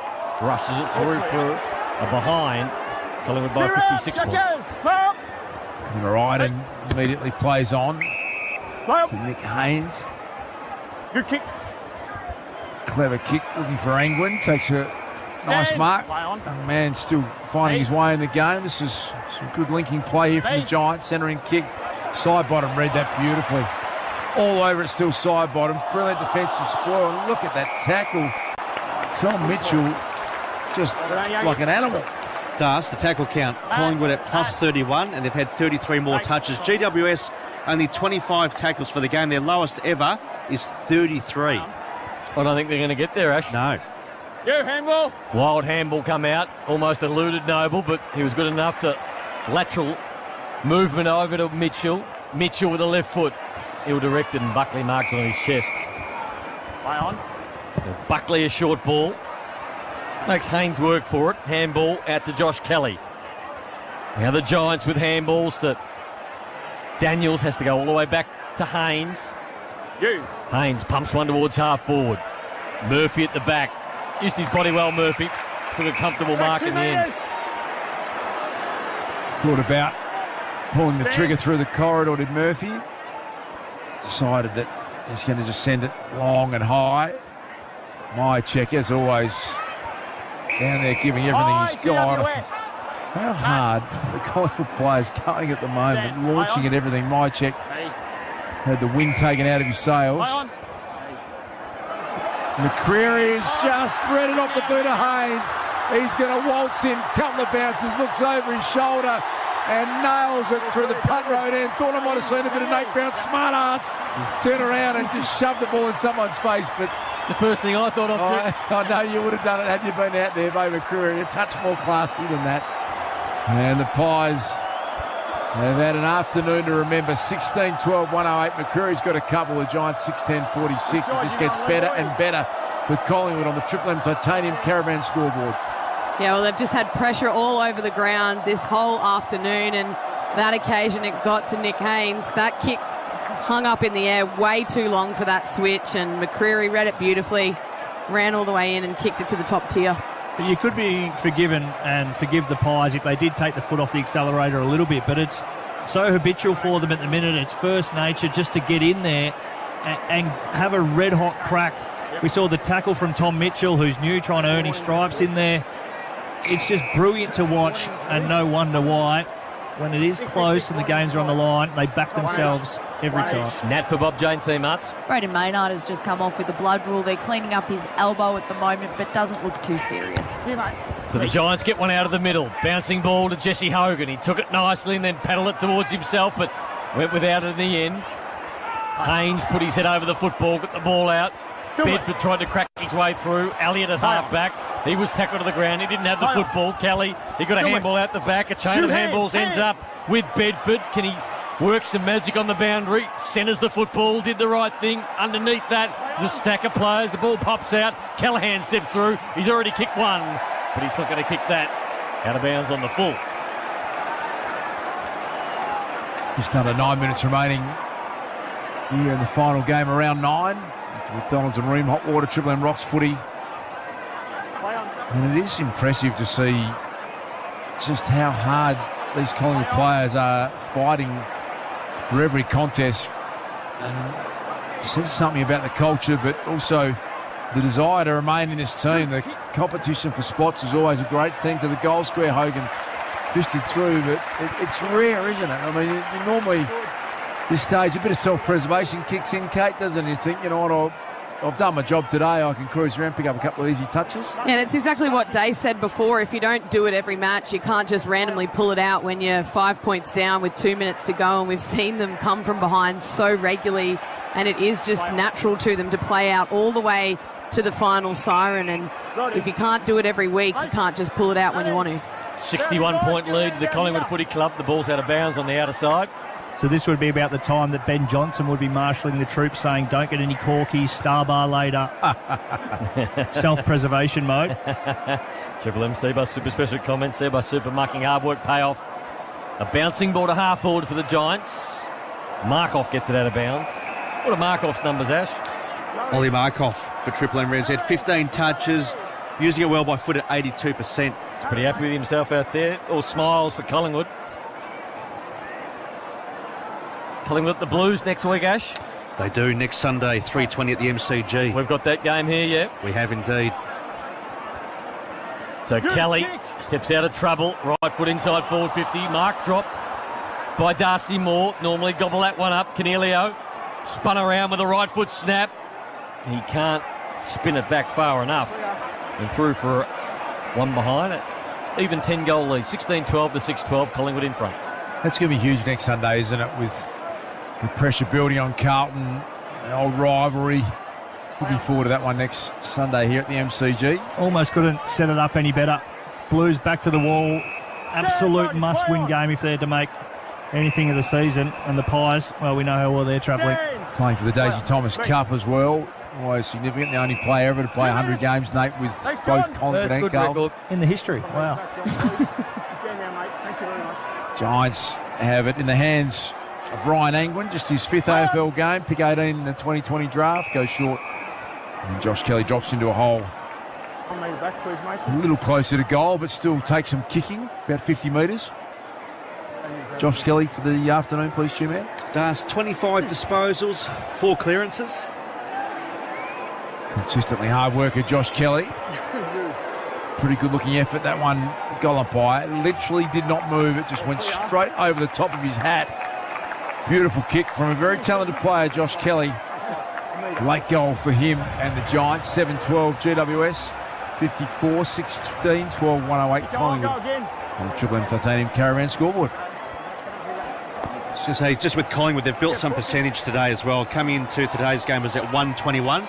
They're currently at 128 and on top of the ladder with the 8 wins and 1 loss. And you look at their games ahead, all right, they've got Carlton next week, but then they play North Melbourne and West Coast, so they could load up again and add some more layers in regards to their percentage, Daisy. Let's go through the ladder, Ash. A load up against North Melbourne, you reckon, Two-Man?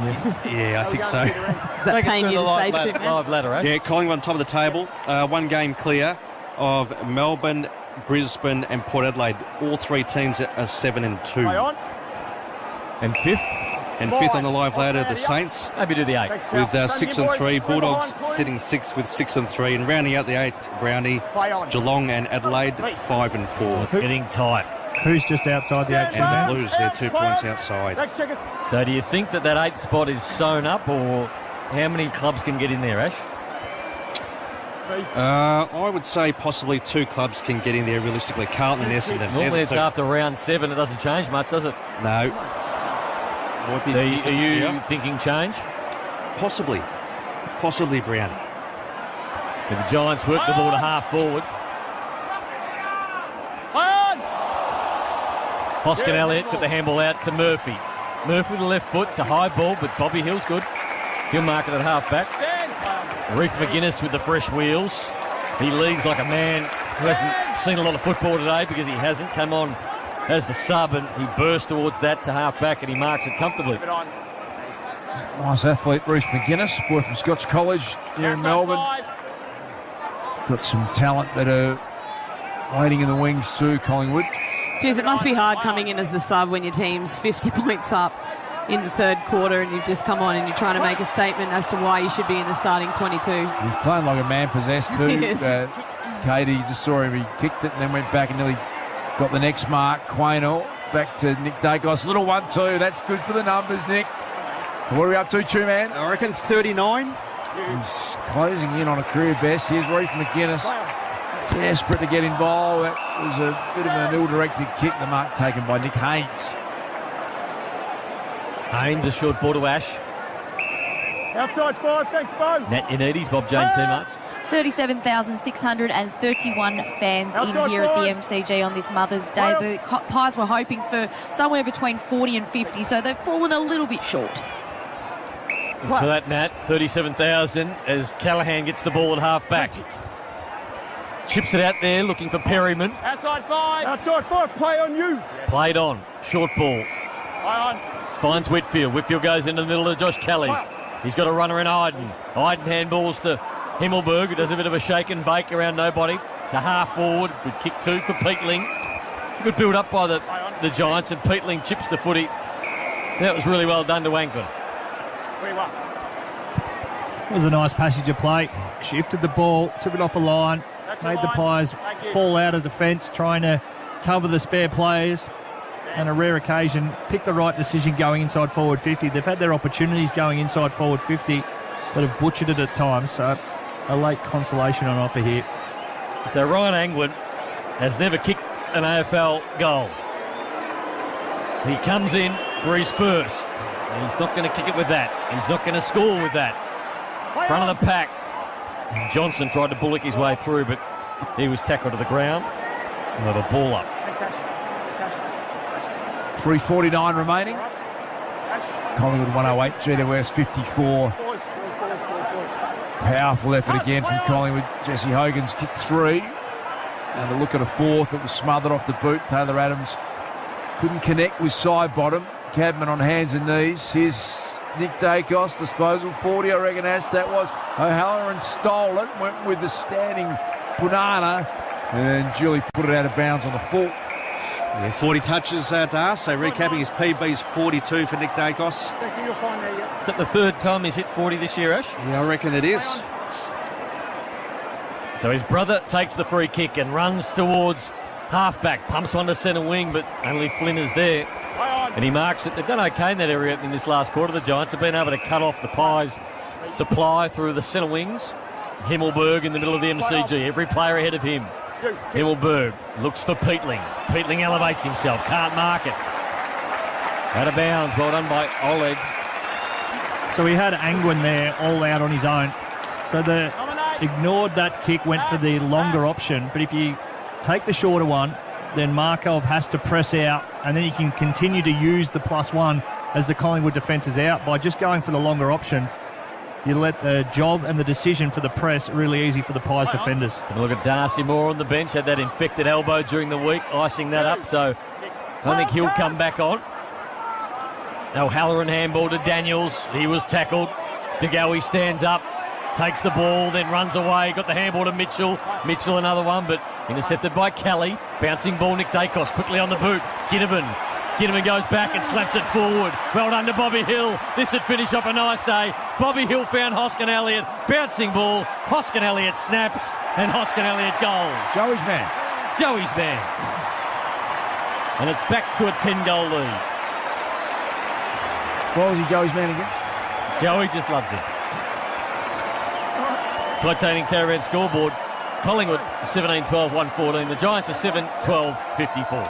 Smart play here from Jack Ginnivan just to knock it on to Bobby Hill, and really selfless stuff from him. He could have had a shot himself, passes it across to Hoskin Elliott, has a snap over his shoulder, but that's the way Collingwood play, just bringing each other into the game, pass it off to someone who's in a better position than you rather than blazing away and having a shot.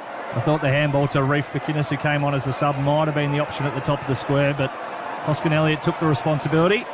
Kick the goal. Kate and Daisy doing an outstanding job with the Triple M Seabus Super special comments. Seabus Super making hard work pay off. I think he pointed up to Joey in the crowd as well. I think he's here, and that's where he's pointing.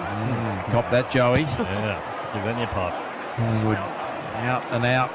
The game clear on top of the ladder after round 9. What a brilliant coaching record Craig McRae's putting together in such a short space of time. Cal Ward started as the sub, hacks that kick through for a minor score. Where's Callum Ward at, Daisy? Look, been a champion of the footy club and a very good player at the other footy club, that being the Western Bulldogs as well. Obviously an opportunity to manage minutes as well by starting as the sub if he has had any injury concerns. What is he age-wise, Chu? The best part of 30, north of 30? 33. 33, so obviously closer to the end, but I'm not going to be one to write off or put an end date on his career, although it is coming. Bo McCreary to half forward looking for McGuinness. McGuinness Nice hands, and then got the ball quickly to Mitchell. Mitchell chips the footy. Elliott marks at 45 out, just near the boundary line. Nick Dacos has said 41. He's on the bench at the moment. His PB is 42. He's not coming back on. Obviously, Fly doesn't see the value in us calling his 43rd position. I'm sure he was a big numbers man when he played Fly.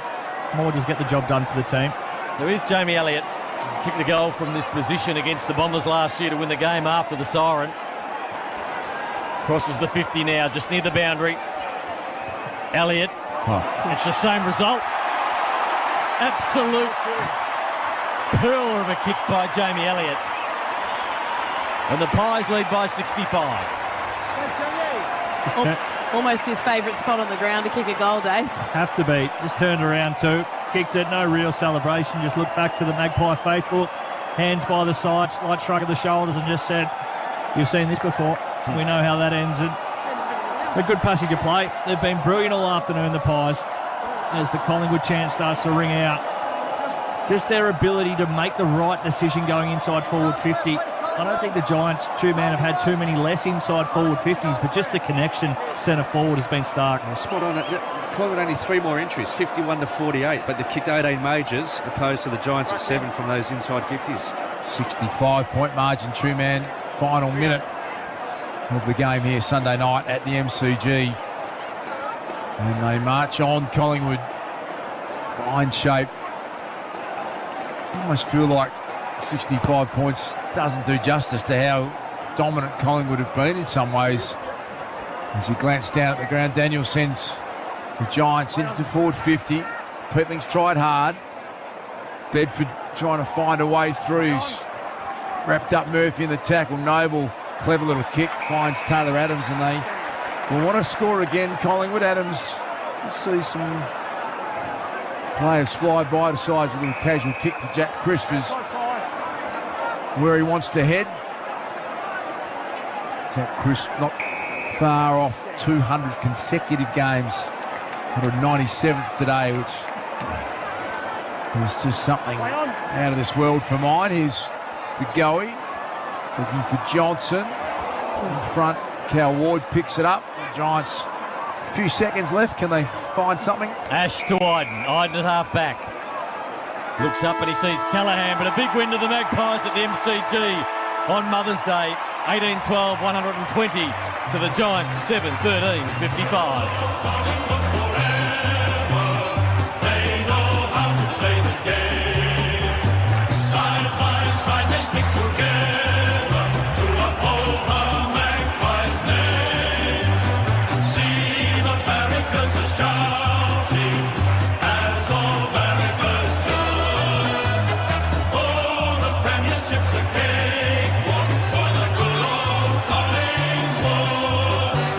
Led by 15 at quarter time, 32 at the half, 41 at three-quarter time.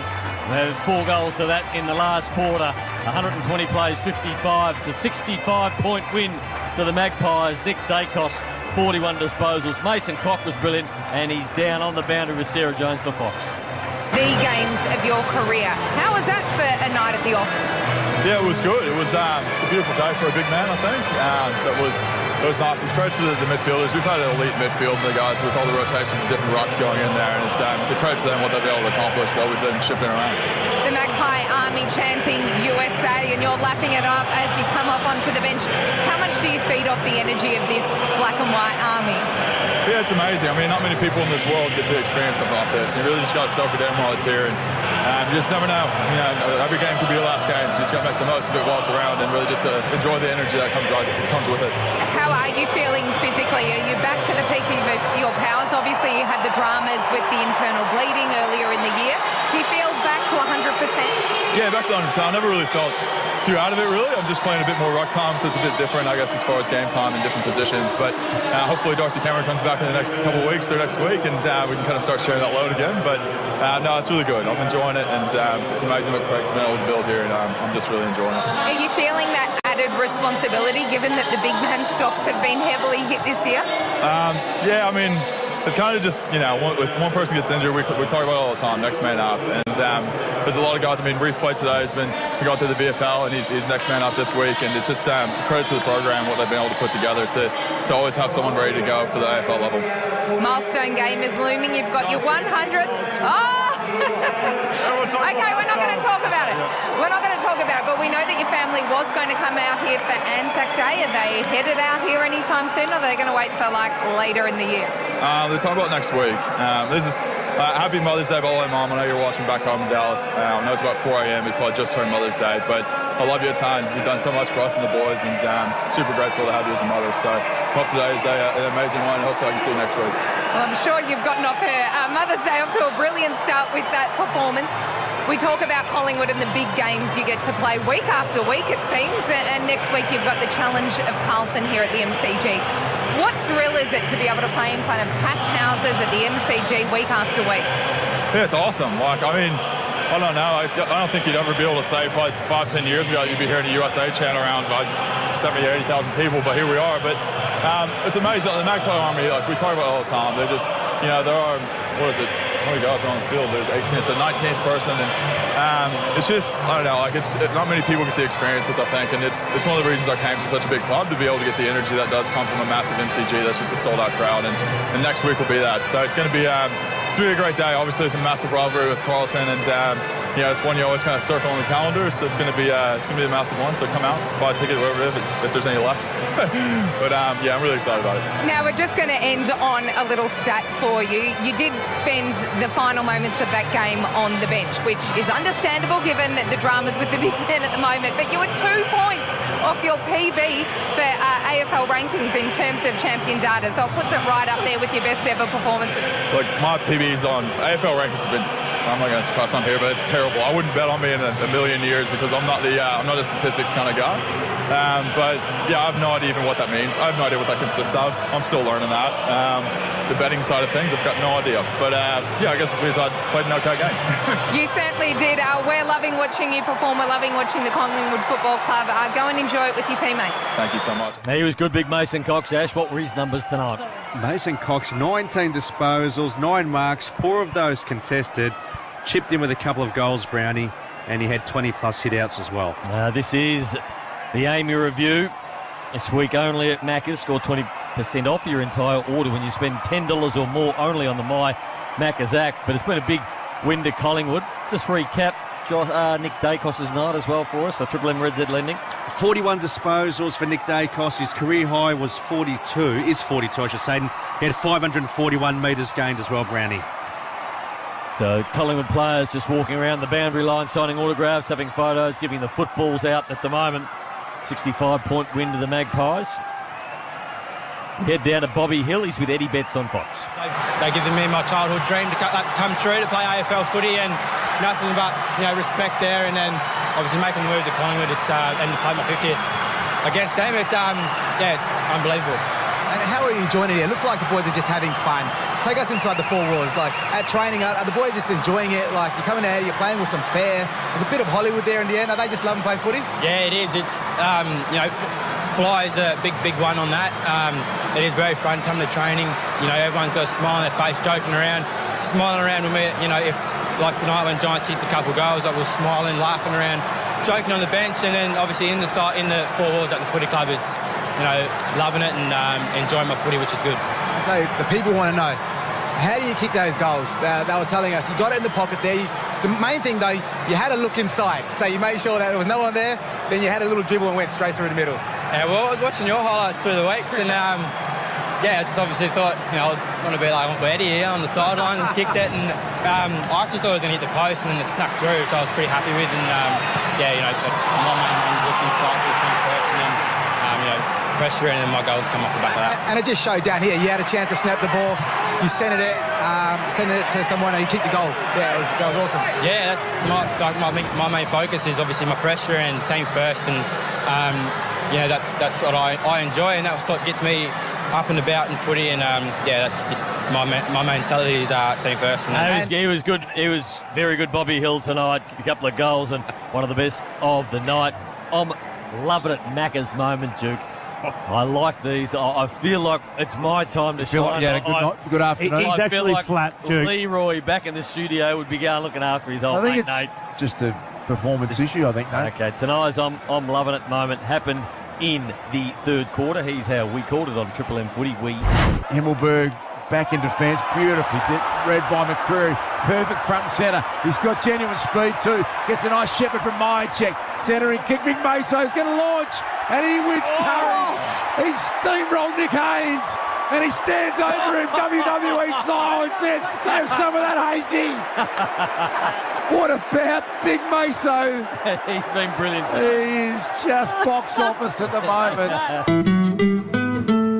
Hey, called it well, Duke. Well done. Thank I'm you, loving it moment. Thanks, Leroy. This is getting personal, isn't it? It is. That's 8 to Lee. Joey Montagna's had 8 in the first 8 rounds we've done, and that's 1 now to Duke. Triple M Red Z Lending one-way street. That one-way traffic. Triple MVP award for Case IH. Case IH end of financial year. Track the deals that are on now. Visit a dealership today. It's definitely H, isn't it? Not H. It's H. Because Eddie Maguire texted me on the Sunday Footy Show one morning to say, you're saying H, you bogan from Bendigo, it's H.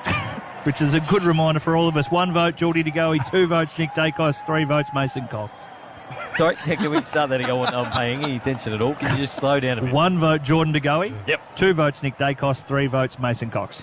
Brilliantly done, Days. Thank you very much. 3 votes to Mason Cox. Very nice. Choice Hotels around the grounds. We're back here next week, Ash. We are. Big game over in Adelaide. It's Melbourne versus Port Adelaide. Of course, you can hear the Friday huddle prior to the big clash. Ooh. Get your bag packed, Duke. Mother's Day, mate. You ready to go? Any danger of winding We're waiting for the Collingwood song. The Collingwood faithful want the song. I just got Rabs in my ear say, do your votes, make it quick. They're going into the rooms. I don't know why you're making it so quick. Well, that's because I got told, following instruction. I'm padding here. Yeah, well, I'll give you some reasons why.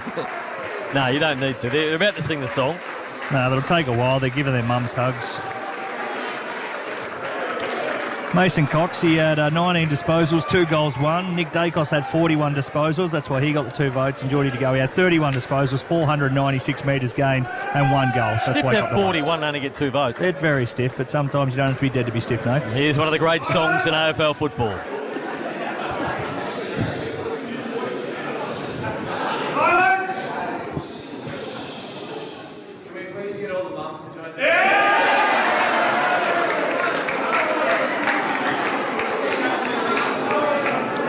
So it's still side bottom has just asked for all the mums to be in the circle with all the players, which is a really nice touch. There's a lot of kids in there. Bo McCreary's pretty happy. His mum's there. So it's a big circle now. Collingwood players and their mums and the kids about to sing the Collingwood song.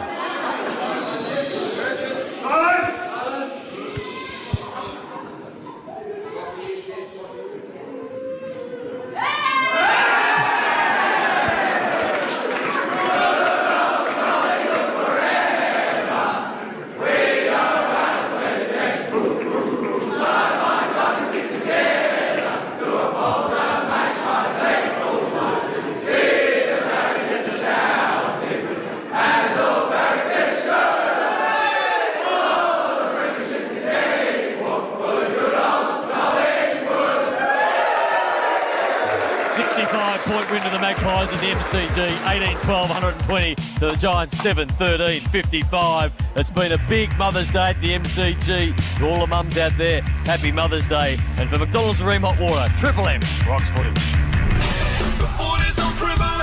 That quarter for Titanium Caravans. Titanium Caravans are built to tackle Australia's toughest conditions. Visit titaniumcaravans.com.au. For Ring Hot Water, Triple M rocks footy. built tough for Aussie conditions. When it comes to water heating, ask your plumber to install a Ream. 7 songs, $10,000. 1 winner. The Marty Sheargold Show's 10K Spinner DJ. Sue is in Croydon North. Are you ready for it? Straight Line by Silverchair. Yeah! Oh my God! You've won $10,000. Oh my God, Marty, thank you so much, Triple M. Marty Sheargold Show's 10K Spinner DJ. Another shot at starting your day with 10K tomorrow morning at 7. Only on Melbourne's 105.1.